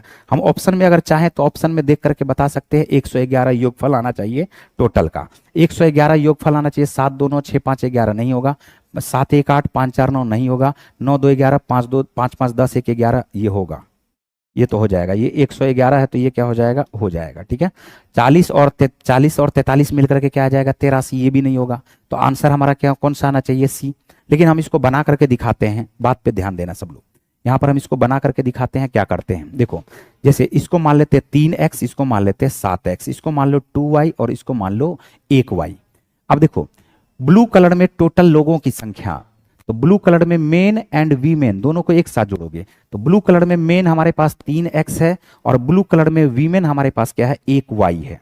ठीक है, इसका अनुपात दिया हुआ है रेड कलर में वीमेन और रेड कलर में मेन, इसका अनुपात हमारे पास क्या दिया हुआ है, इसका जो अनुपात दिया हुआ यह दिया हुआ 35/76 के। किसके दिया हुआ, 35/76 के। क्रॉस मल्टीप्लाई करेंगे, 76 को 3 से गुना करेंगे, 6 तिया 18 x आ गया, 7 तिया 21, 21 + 1 मिलकर के 22। ठीक है, 228 x आ गया, प्लस क्या आ गया हमारे पास 76y, और ये बराबर हो जाएगा 35 को 7 से गुना करोगे, 749 तिया 9 तिया 27, 147 x, 7 × 5 = 35, 7 × 5 क्या आ जाएगा, 7 × 5 = 35 और 7 तिया 21, 210, 210 में 35 को जोड़ोगे 245 आ जाएगा, क्या आ जाएगा 245 x, और 35 को 2 से गुना करोगे ये हमारे पास आ जाएगा 70y। बोलो आएगा क्या। अब यहां पर 245 में से 228 को घटा दोगे, 245 में से 228 को घटाओगे 17x आएगा, और 76y में से 70y को घटा दोगे तो 6y आएगा। तो यहां से हमें क्या पता चल गया कि x और y का जो रेशियो आएगा वह हमारे पास क्या आएगा, 6:17 आएगा। 6 क्या आएगा बताओ, 17 आएगा। ठीक है, अब 6 अगर 17 आ गया, अब इस क्वेश्चन को हम बड़ा आसानी से सॉल्व कर सकते हैं। ध्यान से सुनना, बड़ा आसानी से इस क्वेश्चन को हम अब सॉल्व कर सकते हैं। क्या सॉल्व कर सकते हैं सर, इसमें बोला है टोटल पुरुषों की संख्या, टोटल पुरुषों की संख्या और टोटल महिलाओं की संख्या का अनुपात क्या होगा। तो जहां जहां x दिख रहा है वहां वहां 6 कर दो। जैसे टोटल पुरुषों की संख्या, तो पुरुष से पुरुष को जोड़ोगे, इस बार 3x करोगे तो 6 तिया क्या आएगा बताओ 18, और यहां पर हमारे पास क्या है 2y है पुरुष, तो 17 को 2 से गुना करोगे तो आएगा 34। ठीक है, वीमेन पे आ जाओ, जहां पर x है तो टोटल रेड कलर में वीमेन 6 7 42 प्लस 1y है वीमेन, तो 1y करोगे तो 17 21 17। अब यहां पर देखो 8 4 12 3 1 4 1 5 7 2 9 4 1 5, उत्तर हमारा क्या आ जाएगा 52:59। बोलो क्लियर है। तो ये हमने बिल्कुल आपको साधारण तरीके से बेसिक से हमने समझाया। एक बार इसको फिर से देख लो, यहां पर ध्यान से सुनना। एक बार इसको फिर से देख लो, हमने यहां पर क्या सब कहा है। क्वेश्चन जो हमारे पास आया है, ये देखो क्वेश्चन क्या कह रहा है, ठीक है। क्वेश्चन देख लो एक बार फिर से, हम इसको समझाते हैं। एक पार्टी हॉल में ब्लू कलर में लोग हैं और रेड कलर में लोग हैं, ठीक है। और ब्लू कलर और रेड कलर में लोगों के संख्या का अनुपात दिया हुआ है 35:76 दिया हुआ। क्या दिया हुआ है? 35:76, ठीक है। यहां पर क्या है, क्वेश्चन में कह रहा है नीले परिधान में पुरुषों की संख्या, तो नीले परिधान में पुरुषों की संख्या का लाल परिधान में महिलाओं की संख्या के साथ जो अनुपात दिया हुआ है, यह अनुपात दिया हुआ 3:7 का, ठीक है। लाल परिधान में पुरुषों की संख्या, लाल परिधान में पुरुषों की संख्या और नीले परिधान में महिलाओं की संख्या का जो अनुपात दिया हुआ है, यह दिया हुआ है 2:1। हम यहां पर क्या करते, दोनों चूंकि अलग अलग रेशियो है, तो दोनों अलग अलग रेशियो है, तो हम ऐसा करते हैं, ब्लू कलर में 3x, ब्लू कलर में 7x। रेड कलर में हम लोग यहां पर मान लेते हैं, रेड कलर में 2y और ब्लू कलर में जो वीमेन है वो हमारे पास 1y है। बोलोगे सर इसका x लिए, इसका y क्यों लिए? क्योंकि दोनों रेशियो तो अलग अलग है ना, इसीलिए दोनों का HCF क्या होगा, अलग अलग होगा, ठीक है। अब यहां से जो जो क्वेश्चन में बोला है वो करेंगे। कहा जा रहा ब्लू कलर में टोटल लोग, तो ब्लू कलर में टोटल लोग का क्या मतलब हुआ? ब्लू कलर में मेन एंड वीमेन दोनों का योगफल, तो हम यहां से कह सकते हैं 3x + 1y, ठीक है। और रेड कलर में दोनों लोगों का योगफल, रेड कलर में दोनों यानी मेन भी और वीमेन भी, तो इस दोनों को जोड़ोगे तो ये हमारे पास आएगा 7x प्लस क्या आ जाएगा बताओ 2y। इसका जो योगफल का रेशियो आएगा यह आएगा 35:76। हम लोग क्रॉस मल्टीप्लाई करते हैं, 76 को 3 से गुना करोगे 228x आएगा, प्लस ये हमारे पास 76y आएगा, बराबर 35 को 7 से गुना करोगे 245x आएगा, और 35 दूनी क्या हो जाएगा 70y हो जाएगा। यहां से 245 में से 228 को घटा दोगे 17x बराबर 6y के आ जाएगा। 76y में से 70y को घटाओगे 6y आ जाएगा। तो x और y का जो रेशियो आएगा वो हमारे पास क्या आएगा 6:17। 6:17, जहां जहां x दिख रहा वहां 6 कर दो, और जहां जहां y दिख रहा वहां क्या कर दोगे 17 कर दोगे। अब क्वेश्चन जो हमसे पूछा जा रहा है, क्वेश्चन पूछा जा रहा है देखिए, तो पुरुषों की संख्या का महिलाओं की संख्या के साथ अनुपात क्या होगा? टोटल पुरुष और टोटल महिला, चाहे पुरुष का मतलब हुआ चाहे रेड में हो चाहे वो ब्लू में हो, सभी को जोड़ देंगे एक साथ। तो बोलोगे पुरुषों की संख्या ब्लू में क्या है 3x, x के जगह पे क्या रखोगे 6, 6 को 3 से गुना करोगे आएगा 18, प्लस रेड कलर में पुरुष कितने हैं 2y, y के जगह पे क्या है 17, 17 को 2 से गुना करोगे 17 दूनी क्या आएगा 34। यहां पर हमारे पास क्या आ जाएगा वीमेन्स की संख्या, ये x का मान 6 है तो 6 को 7 से गुना करोगे आएगा 42, और प्लस एक y है तो 17 को y से गुना करोगे तो क्या आ जाएगा 17। अब इन दोनों को जोड़ोगे तो यह हमारे पास आएगा 52, और ये हमारे पास क्या आ जाएगा 59, और यही हमारा उत्तर हो जाएगा 52:59। तो हमने आपको इसको बिल्कुल बेसिक से समझा दिया, और बिना बेसिक से समझाए हुए, बिना इस क्वेश्चन को सॉल्व किए हुए भी हम इस क्वेश्चन को पहले ही आसानी से उत्तर कर सकते थे, लेकिन क्वेश्चन पे ध्यान देना। फिर से हम बता रहे हैं, ये 76 + 35 मिलकर के टोटल क्या आ जाएगा बोलोगे 11। तो जब टोटल लोगों की संख्या पुरुष और महिला टोटल लोगों की संख्या 11 है, चाहे ब्लू में हो चाहे रेड में हो, तो यहां पर 111 है, ठीक है। तो इधर भी हम 111 की ही खोज में रहेंगे, या तो 111 होगा या 111 को काटने वाली कोई संख्या होगी, ठीक है। तो बताओ 62 और 57 को जोड़ोगे 7 2 9 6 5 11, क्या 119 होगा क्या बोलोगे? बिल्कुल नहीं होगा। 7 1 8 5 4 9, बोलो 98 होगा क्या? 98 ना, 111 को काट भी नहीं रहा है। 9 को 2 से गुना करोगे, 9 को 2 से जोड़ोगे 9 2 11, 5 5 10 1 11, 111, बोलो हो सकता है? बिल्कुल हो सकता है। और जोड़ो, ये हमारे पास 83 है, क्या 83 111 को काट रहा है क्या? बिल्कुल नहीं काट रहा है। तो एकमात्र हमारा ऑप्शन देख करके भी उत्तर लगा सकते हैं। आंसर आ गया आपका ऑप्शन नंबर सी। क्लियर? तो बहुत ही बढ़िया क्वेश्चन था, बेस्ट क्वेश्चन था। नेक्स्ट क्वेश्चन पे चलेंगे। क्वेश्चन देखिए हमारे पास क्या दिया हुआ है। 5 वर्ष पहले 4 लड़कियों का औसत आयु 7 वर्ष थी। एक नई लड़की शामिल हो जाती है तो वर्तमान औसत आयु 13 वर्ष हो जाती है। नई लड़की की वर्तमान आयु, साधारण तरीके से बना लेंगे क्वेश्चन को। ये 5 वर्ष पहले का बात कर रहा है। 5 वर्ष पहले 4 लड़की थी जिसका एवरेज हमारे पास क्या दिया हुआ था 7 वर्ष। अभी बताओ कि वर्तमान में अगर 4 ही लड़की रहती, अगर वर्तमान में 4 ही लड़की रहती तो इस चारों का एवरेज क्या हो जाता? बोलोगे 5 वर्ष पहले 7 था तो वर्तमान में 5 वर्ष जुट जाएगा, क्योंकि प्रत्येक लड़की 5-5 वर्ष बढ़ेगी, और प्रत्येक लड़की अगर 5-5 वर्ष बढ़ेगी तो एवरेज में भी क्या हो जाएगा बताओ 5 वर्ष की वृद्धि हो जाएगी। हम बोलेंगे 7 5 12, ठीक है। यहां से हमने क्या किया है 5 को जोड़ दिया, और 12 को 4 से गुना करोगे 12 चौका 48 वर्ष आ जाएगा चारों लड़की का। चारों लड़की का क्या आ जाएगा 48 वर्ष। अब यहां पर एक और नई लड़की आ गई है 5 लड़की, और इसका एवरेज हो चुका है 13 वर्ष, तो इसके हिसाब से 13 पचे क्या आ जाएगा 65 वर्ष। तो 5 लड़की के कुल उम्र में से 4 लड़की के कुल उम्र को घटा दोगे तो जो नई लड़की आई है उसका उत्तर आ जाएगा। 15 में से 8 को घटाओगे 7 आ जाएगा, 5 में से 4 को घटाओगे 1 आ जाएगा, आंसर हमारा आ जाएगा 17 वर्ष। बोलिए क्लियर है। 48 नंबर के क्वेश्चन पे आइए। 48 नंबर का क्वेश्चन देखिए हमारे पास क्या दिया हुआ। एक ट्रेन 6 AM पर ए से चलना प्रारंभ करता है और उसी दिन 11 AM पर बी पर पहुंचता है। एक अन्य ट्रेन बी से 8 AM पर चलना प्रारंभ करता है, उसी दिन 3 PM पर ए पर पहुंचती है। दोनों ट्रेन एक दूसरे को किस समय पर मिलेगी? बिल्कुल आसान क्वेश्चन है। ये हमारे पास ए है और ये हमारे पास क्या है बी है। तो जो 6 बजे चलना शुरू की थी, जो 6 बजे चलना शुरू किया था वो ऑपोजिट पॉइंट पे कितना बजे पहुंचा है? तो बोलोगे 11 बजे पहुंचा है। यानी हम यहां से कह सकते हैं कि ये चला है 6 5 11, 5 घंटे में पहुंच गया बी पर। कितने घंटे में पहुंच गया बी पर? बोलोगे 5 घंटे में, ठीक है। और जो बी से चलना शुरू किया था, एक अन्य ट्रेन ये 8 बजे चलना शुरू किया और 8 बजे से लेकर के या 3 बजे जाकर के पहुंच गया, 3 PM पर जाकर के पहुंच गया। तो यहां देखो 8 4 12 और 12 3 15, 4 3 7 घंटा लग गया क्या इसको? तो बोलोगे सर जो बी से चलना शुरू किया था उसको तो 7 घंटा लग गया।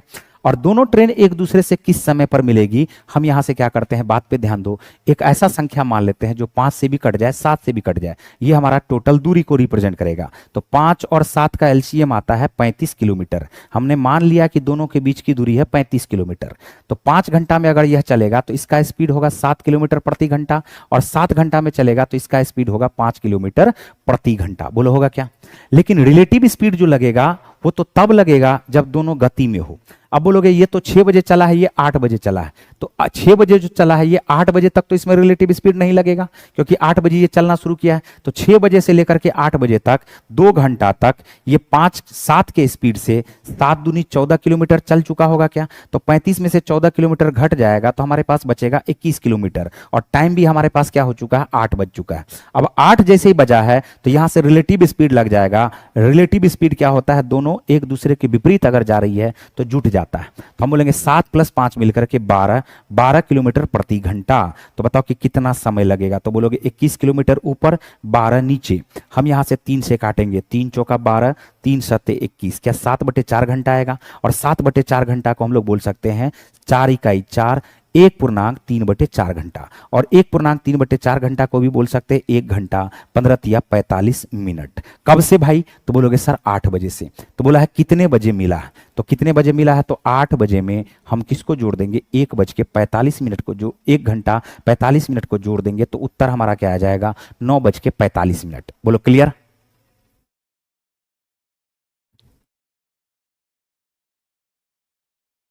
चलिए अगला प्रश्न पे देखिए।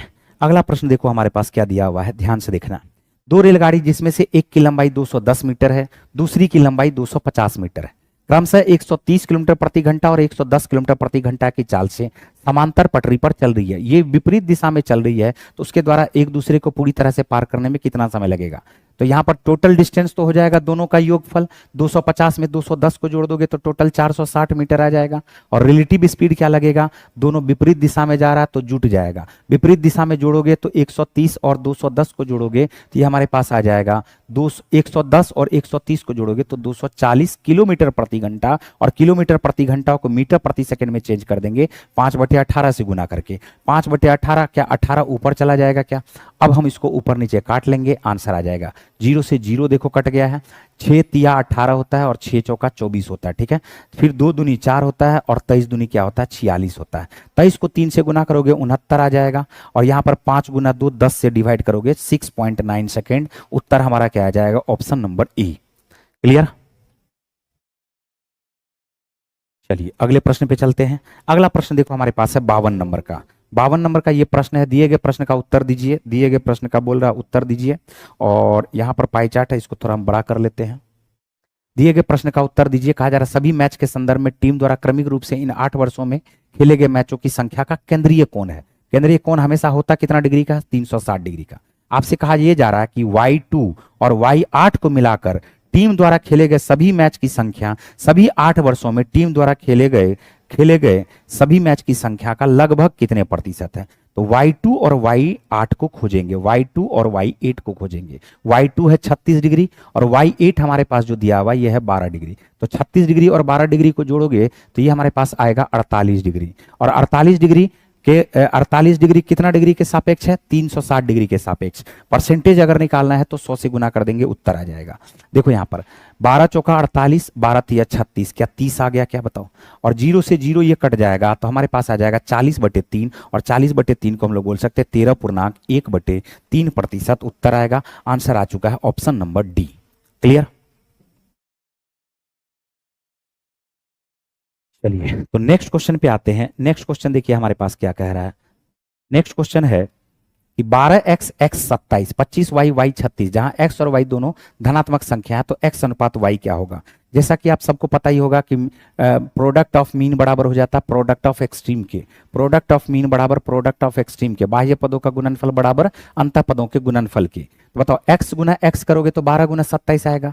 x का स्क्वायर हो जाएगा 12 गुना 27। x का स्क्वायर क्या हो जाएगा? 12 गुना 27। क्या x बराबर हम लोग इसको लिख सकते हैं स्क्वायर रूट ऑफ 12 गुना 27। 12 को भी तोड़ सकते हैं, 4 तिया 12, तो 3 को 27 में गुना कर दोगे क्या आएगा? 81। जहां 12 गुना 27 दिख रहा था वहां 4 गुना 81 दिखा। सर ऐसा क्यों कर लिए? क्योंकि स्क्वायर नंबर का आराम से हम स्क्वायर रूट निकाल सकते हैं। 2 आएगा और यहां पर 9 आएगा। क्या 9 दूनी 18 आ गया क्या? बिल्कुल। अब आ जाओ y पे। y को y से गुना करोगे तो ये क्या आ जाएगा? y का स्क्वायर बराबर आ जाएगा 25 गुना 36 के। तो ये तो परफेक्ट स्क्वायर नंबर में है ही, तो y का मान निकालोगे, स्क्वायर रूट निकालना पड़ेगा। 25 का 5 और 36 का क्या आ जाएगा? 6। 6 पंचे क्या आ जाएगा? 30। अब हमसे क्वेश्चन पूछा, जरा बताइए x अनुपात y क्या होगा? तो 9 दूनी 18 और ये हमारे पास आ जाएगा 30। 6 से कट जाएगा, 6 तिया 18, 6 पंचे 30। उत्तर आ जाएगा हमारा 3:5। आंसर क्या आ जाएगा? ऑप्शन नंबर ई। क्लियर? ये तो बिल्कुल आसान क्वेश्चन था। चलते हैं अगले प्रश्न पे। देखो अगला जो प्रश्न है यह हमारे पास क्या है? कहा जा रहा है कि यदि विक्रय मूल्य को 3 गुना कर दिया जाए तो लाभ 5 गुना हो जाता है। लाभ ज्ञात करना है। तो आपको इतना बस जरूर पता होगा कि दोनों ही कंडीशन में कॉस्ट प्राइस क्या होगा? सेम ही रहेगा। तो विक्रय मूल्य, पहले एक विक्रय मूल्य था और पहले एक विक्रय मूल्य में से जब हम प्रॉफिट को माइनस करेंगे तो यह कॉस्ट प्राइस आएगा। लेकिन यह कह रहा है क्या कि अगर विक्रय मूल्य को 3 गुना कर दिया जाए, अगर विक्रय मूल्य को 3 गुना कर दिया जाए तो प्रॉफिट 5 गुना हो जाता है। तो बताओ कि विक्रय मूल्य में से प्रॉफिट को घटाओगे तो अभी भी ये कॉस्ट प्राइस को ही रिप्रेजेंट करेगा। अब क्या ये भी कॉस्ट प्राइस के बराबर, ये भी कॉस्ट प्राइस के बराबर, दोनों को सेम कर दे क्या? और दोनों को सेम करोगे तो ऐसे लिख सकते हैं 3 गुना सेलिंग प्राइस माइनस 5 गुना प्रॉफिट बराबर क्या लिख सकते हैं? सेलिंग प्राइस माइनस क्या लिख सकते हैं? प्रॉफिट। सेलिंग प्राइस को बराबर किस तरफ लाओगे? 3 गुना सेलिंग प्राइस में से एक सेलिंग प्राइस को घटाओगे तो 2 गुना सेलिंग प्राइस आएगा। और 5 प्रॉफिट को बराबर के उस तरफ ले जाओगे, प्लस में जाएगा 5p और 5p में से p को घटाओगे तो ये आ जाएगा 4p। बोलाएगा क्या? अब सेलिंग प्राइस और प्रॉफिट का जो रेशियो हो जाएगा 2 से ये 2 बार में कट जाएगा। सेलिंग प्राइस 2 और प्रॉफिट क्या आएगा? 3। तो आप खुद बताइए कि कॉस्ट प्राइस क्या आएगा? तो बोलोगे प्रॉफिट को घटा देंगे, जब हम सेलिंग प्राइस में से 2 में से 1 को घटाएंगे तो 1 आ जाएगा इसका कॉस्ट प्राइस। क्वेश्चन पूछा जा रहा है लाभ ज्ञात करे वो भी प्रतिशत में। लाभ ज्ञात करे वो भी प्रतिशत में। तो लाभ कितना हो रहा है? 1 कितना में हो रहा है? तो बोलोगे 1 में। 1/1 का प्रतिशत में वैल्यू क्या आ जाता है? बोलोगे 100%। आंसर क्या आ जाएगा? आंसर आ जाएगा आपका ऑप्शन नंबर बी। क्लियर? चलिए अगले प्रश्न पे चलेंगे। एक पहिए का व्यास है 70। एक पहिए का व्यास क्या है? 70। 1 मिनट में 600 चक्कर पूरा करती है। वाहन किलोमीटर प्रति घंटा में गति ज्ञात करना है। व्यास अगर दिया हुआ तो इसका मतलब इसका त्रिज्या क्या दिया हुआ? 35 सेंटीमीटर। और त्रिज्या अगर 35 सेंटीमीटर दिया हुआ है तो इसका परिधि हो जाएगा 2πr। 2πr बोलो होगा कि नहीं होगा? तो 7 से ये 5 बार में कट जाएगा। बोलोगे 22। 22 गुना 10 क्या? 220 सेंटीमीटर हो जाएगा क्या? बिल्कुल 220 सेंटीमीटर हो जाएगा। और 1 मिनट में यह 600 चक्कर लगाता है। अगर 600 चक्कर लगाता है तो एक चक्कर में 220 सेंटीमीटर लगाएगा। तो बताओ 600 चक्कर में, 600 चक्कर का क्या मतलब होगा? 220 गुना 600 सेंटीमीटर। ठीक है, कितना आ जाएगा? सेंटीमीटर।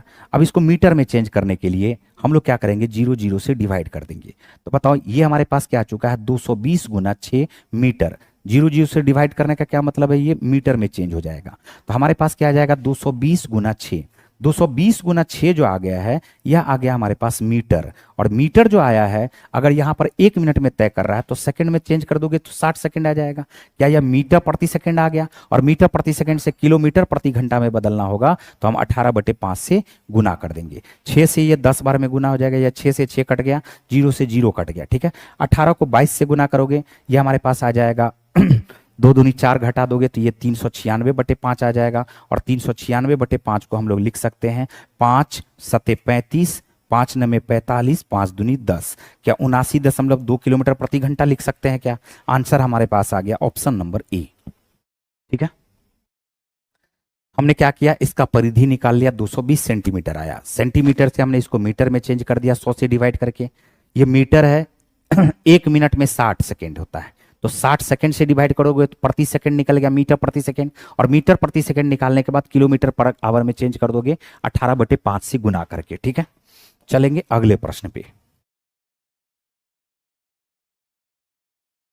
देखो यहां पर नेक्स्ट क्वेश्चन हमारे पास क्या है, x वह सबसे बड़ी से बड़ी संख्या है जिससे 2460, 2633, 2806 को विभाजित करने पर प्रत्येक स्थिति में शेषफल समान रहता है। x के अंकों का योग ज्ञात करें।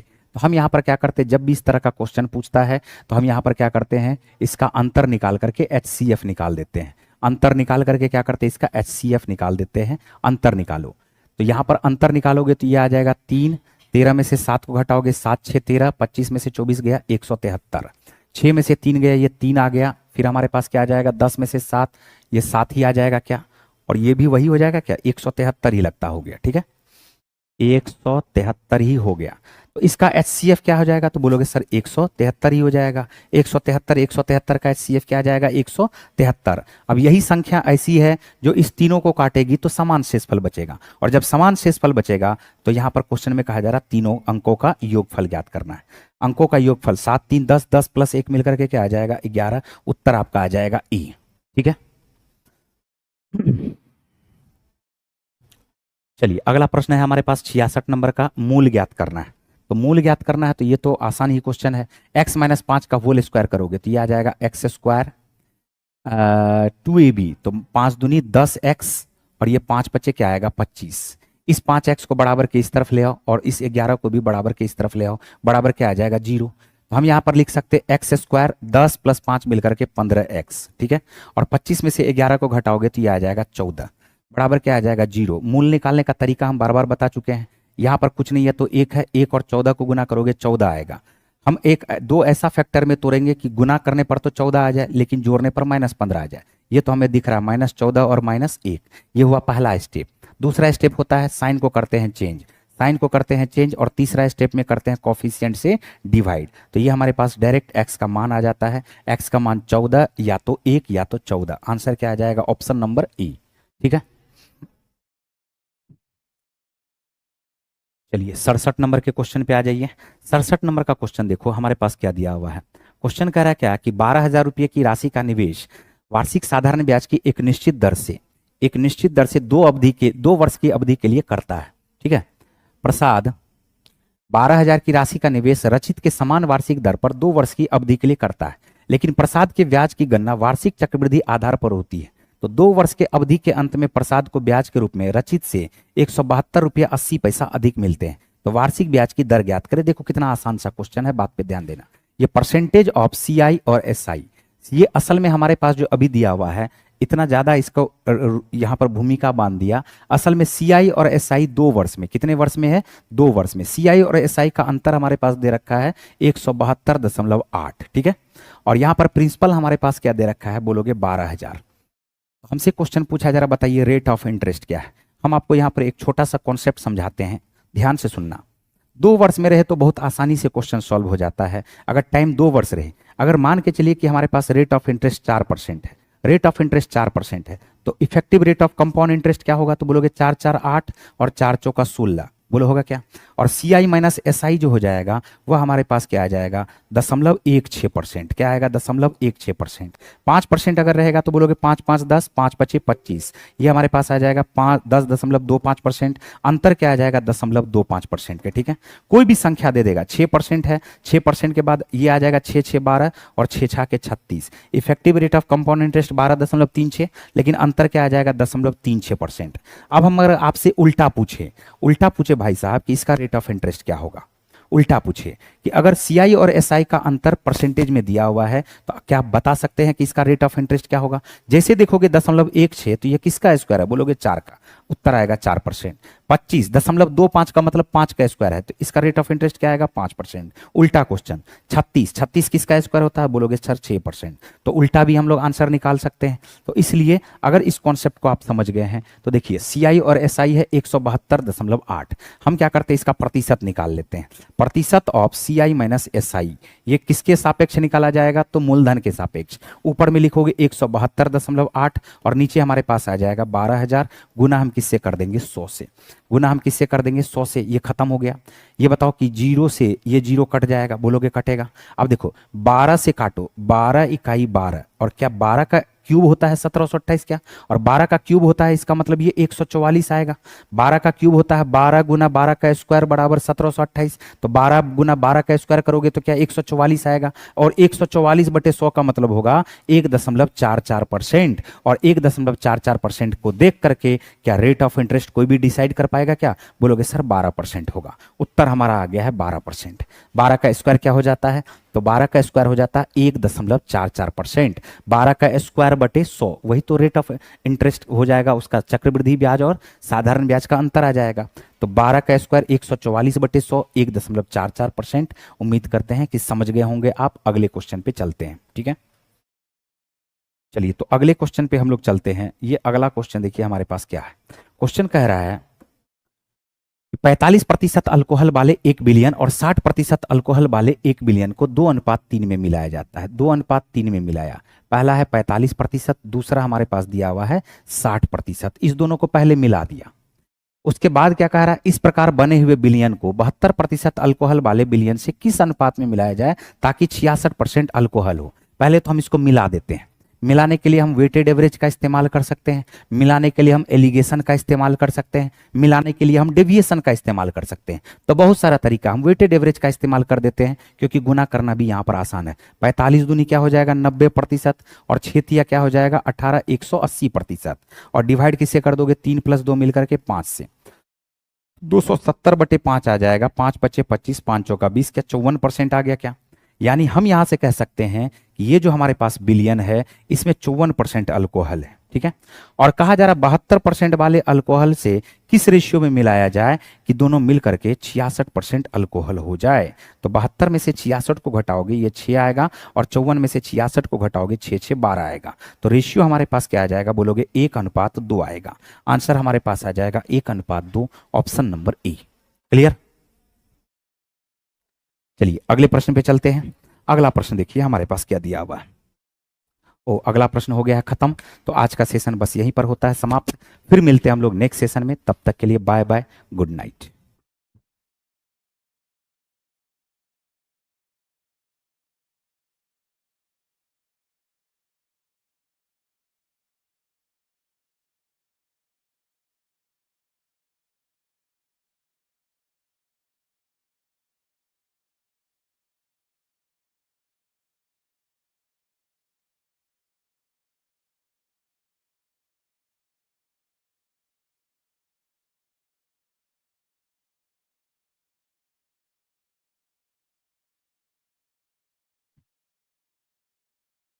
चलिए जय हिंद, और शुरू किया जाएगा प्यारे आज का सेशन। ध्यान रखेंगे, पहला सवाल क्या है देख लेंगे। कहता है कि निम्नलिखित में से, ध्यान देंगे, कहता है कि निम्नलिखित में से किस भारतीय राज्य में न्यासी जनजाति का संबंध है। तो न्यासी जनजाति का संबंध अरुणाचल प्रदेश में। अरुणाचल में एक और जनजाति न्यासी के अलावा डाफला और अबोर। अबोर के अलावा मिसमी, क्योंकि यहाँ पहाड़ी भी है। तो डाफला, अबोर और मिसमी कहां पर है, तो याद रखेंगे अरुणाचल में टोडा, टोडा और कोटा, टोडा कोटा जनजाति तमिलनाडु में है। बिहार में जो झारखंड में जनजाति, वही जनजाति यहाँ पर भी है। और छत्तीसगढ़ की एक बहुत महत्वपूर्ण जनजाति है उराव। उराव जनजाति का संबंध कहाँ से है? छत्तीसगढ़ से है। जबकि डाफला अबोर मिश्मी का संबंध अरुणाचल प्रदेश से है। टोडा और कोटा तमिलनाडु से है। नेक्स्ट सवाल की ओर चलेंगे। प्यारे कहता है हाल ही में पहली बार मैंग्रोव को वैश्विक मूल्यांकन के तहत रेड लिस्ट जारी किया गया। IUCN के द्वारा मैंग्रोव की अगर बात करेंगे तो मैंग्रोव एक विशेष प्रकार के वन होते हैं जो डेल्टा में मिलता है, और वो डेल्टा का नाम है प्यारे सुंदरवन का डेल्टा। सबको पता है सुंदरवन डेल्टा, जहां पर बड़े पैमाने पर ये वन की बहुलता होती है, और उसे रेड लिस्ट में डाल दिया गया है। किसके द्वारा? तो IUCN के द्वारा। किसे? Mangrove one. तो मैंग्रोव वन कहां मिलता है? तो सुंदरवन के विशेष डेल्टा में ये वन की बहुलता है। नेक्स्ट सवाल करते, क्या कहता है? कहता है चोल वंश के अभिलेखों के अनुसार वह भूमि जो मंदिरों को उपहार दी जाती थी क्या कहलाती थी? कहता है बेलनम, बगई, कहता है तिरुना, माटुकन्नी, सलभोग और ब्रह्मदेव। तो याद रखेंगे क्या कहलाता था प्यारे? तिरुना मट्टुकनी कहलाता था। किस वंश से? चलिए कमेंट कीजिएगा 29 नंबर का। तो चोल वंश। चोल वंश की राजधानी कहां थी प्यारे? तंजौर या तंजावुर। चोल का संस्थापक कौन था प्यारे? विजयालय। विजयालय। चोल के प्रमुख शासक हुआ राज राजा। और सबसे महत्वपूर्ण प्यारे याद रखेंगे राजेंद्र प्रथम। राजेंद्र प्रथम की बात करेंगे। ये सभी किस वंश से थे? ये सभी किस वंश से थे? तो स्पष्ट रूप से याद रखेंगे चोल वंश। चोल वंश की बात करेंगे प्यारे दक्षिण भारत में। कहां पे? दक्षिण भारत की अगर बात करेंगे तो दक्षिण भारत में ये कावेरी नदी से बेगई नदी के तट पर इस वंश का याद रखेंगे विस्तार रहा। कहता है कि भारतीय रिजर्व बैंक के पहली महिला डिप्टी गवर्नर कौन थी? बहुत अच्छा सवाल है। ऋचा राव, KG उदेसी, ऋचा शर्मा और अमृता पटेल। चलिए 31 नंबर का फटाफट कमेंट कर देंगे। 31 नंबर का चलिए ध्यान देंगे। तो भारतीय रिजर्व बैंक की प्रथम महिला डिप्टी थी KJ उर्वशी थी प्यारे, ध्यान रखिएगा। और अगर पूछते भारतीय रिजर्व बैंक का मतलब RBI reserve bank of India की स्थापना कब हुई थी? 1935 में हुई थी। कब हुई थी? 1935 में। कहता है हाल ही में ईरान के इमरजेंसी उपग्रह पार्स 1 को अंतरिक्ष में किसने लॉन्च किया है? ये लॉन्च किया है याद रखेंगे रॉस्को असमोस ने। किसको भाई? ईरान के इमेजिंग उपग्रह पार्स 1 को अंतरिक्ष में लॉन्च किया है। कौन सा? आंसर आपका बी नंबर, ध्यान रखिएगा। नेक्स्ट सवाल की ओर चलेंगे। कहता है कि सैयद वंश की स्थापना किसने किया था प्यारे? सैयद वंश की बात करेंगे ख्रिज का, और सैयद वंश की बात करेंगे तो ये दिल्ली सल्तनत के अंतर्गत ये वंश आता था। कौन सा? तो ध्यान रखेंगे आपका सैयद वंश, जिसके संस्थापक कौन हुए? ख्रिज खां। चलिए फास्ट कमेंट करेंगे ख्रिज खां। नेक्स्ट सवाल की ओर चलेंगे। कहता है लोक नृत्य तरंग मेल निम्नलिखित में से किस राज्य से संबंधित है? केरल, मध्य प्रदेश, तमिलनाडु, गोवा। चलिए 56 का आप लोग बताएंगे। 56 का बताएंगे, फास्ट कमेंट करेंगे 56 का। कहता है तरंग मेल कहां का प्यारे? गोवा। गोवा से क्या सवाल पूछ सकता है? गोवा तो सबसे कम तट वाला भी राज्य है। तट वाला भी राज्य है। कौन सा राज्य है? कौन सा प्यारे? गोवा है।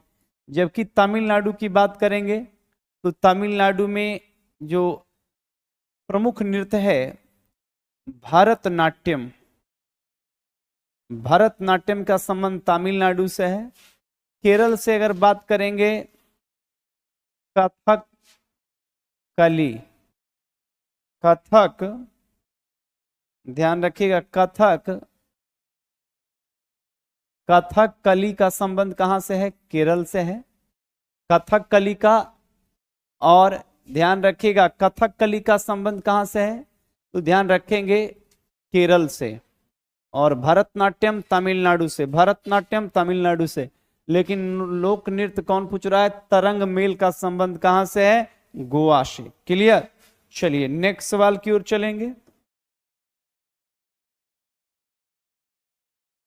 कहता हाल ही में किसे वैश्विक जैन शांति राजदूत में सम्मानित किया है? हाल ही में किसे वैश्विक जैन शांति राजदूत में सम्मानित किया है?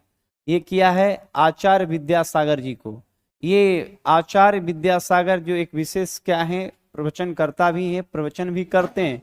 तो वैश्विक जैन शांति राजदूत सम्मानित किया गया है आचार्य विद्यासागर को। इसके अलावा आचार्य लोकेश मुनि भी जैन के हैं, आचार्य भूतवली भी हैं, आचार्य पुष्पदत्त भी हैं। लेकिन यहाँ पर आचार्य विद्यासागर की बात करेंगे तो ये वैश्विक जैन राजदूत हैं। प्यारे बढ़िया सवाल है। कहता है कि संघीय मंत्री परिषद के मंत्री उत्तरदायी होते हैं किसके प्रति? चलिए 64 नंबर का आप लोग कमेंट करेंगे। संघीय मंत्री परिषद के मंत्री होते हैं राष्ट्रपति के। किसके प्रति भाई? राष्ट्रपति के प्रति क्या होते हैं? उत्तरदायी होते हैं। किसके उत्तरदायी होते हैं? तो राष्ट्रपति के प्रति उत्तरदायी होते हैं कौन भाई? संघीय मंत्री परिषद की अगर बात करेंगे तो ध्यान रखिएगा। नेक्स्ट सवाल की ओर चलेंगे। नेक्स्ट सवाल और लास्ट सवाल कहता है कि वास्को डी गामा एक पुर्तगाली खोजकर्ता ने भारत के किस समुद्री मार्ग की खोज की थी? बताइए, कमेंट कीजिएगा। वास्को डी गामा कब आया था? 1498 में। ये तो सबको पता है कि 1498 में कौन आया था प्यारे? Vasco D gamma. देखिए अगर ये बात करेंगे पुर्तगाली की बात करेंगे तो पुर्तगाली कब आया था? 1498 में आया था। 1498 में। अंग्रेज या ब्रिटिश कब आया था? तो याद रखेंगे अंग्रेज की अगर बात करेंगे तो ब्रिटिश ईस्ट इंडिया कंपनी 1600 ईस्वी में आया था। जबकि डच की बात करेंगे प्यारे तो डच आया था 1602 में आया था। और फ्रांसीसी की बात करेंगे, फ्रांसीसी की बात करेंगे तो फ्रांसीसी 1664 में आया था, 1664 में। तो स्पष्ट रूप से अगर आप ध्यान रखेंगे कि अगर सवाल पूछा गया कि पुर्तगाली कब आया था? 1498 में आया था। अंग्रेज कब आया था? 1600 में आया था। डच 1602 में और फ्रांसीसी या फ्रांसीसी ईस्ट इंडिया कंपनी 1664 में आया था। लेकिन यहाँ पर वास्को डी गामा की अगर बात करेंगे जो पुर्तगाली था वो 1498 में कहाँ पहुंचा था? तो ये भारत के कहाँ पहुंचा था प्यारे?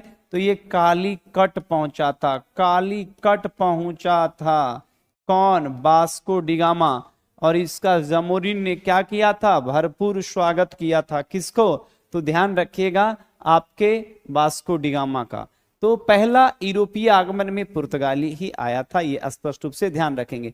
अब पुर्तगाली में ध्यान रखेंगे, पुर्तगाली में वास्को डी गामा के बाद जो क्रमशः आया वो फ्रांसिस्को अल्बुकर्क, इसके अलावा याद रखेंगे अल्मीडा। तो अल्मीडा के बाद याद रखेंगे फ्रांसिस्को अल्बुकर्क आया। सवाल ये पूछा जाएगा कि पहला पुर्तगाली फैक्ट्री कहाँ लगा था?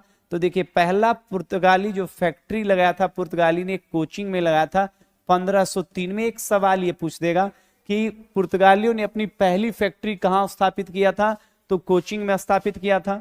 जबकि सबको पता है कि अंग्रेज की अगर बात करेंगे तो अंग्रेज ने अपना पहला फैक्ट्री कहाँ लगाया था?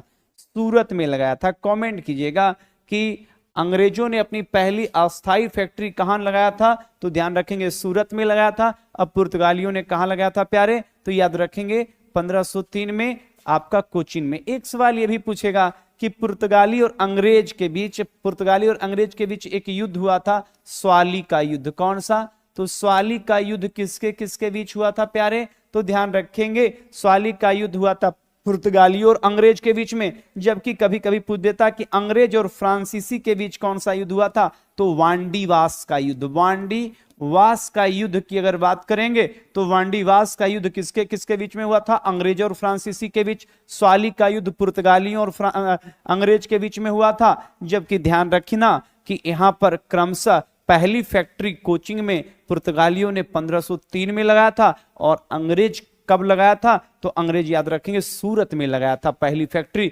सर टॉमस रॉ और याद रखेंगे कैप्टन हॉकिंग्स जहांगीर के दरबार में पहुंचा था और फैक्ट्री के लिए विशेष अनुमति मांगा था। क्लियर ना? तो स्पष्ट रूप से याद रखेंगे आंसर क्या हो जाएगा? 1498। क्लियर? चलिए तो इस तरीके से प्यारे ध्यान रखेंगे कि आज का सेशन यहीं पर संपन्न होता है।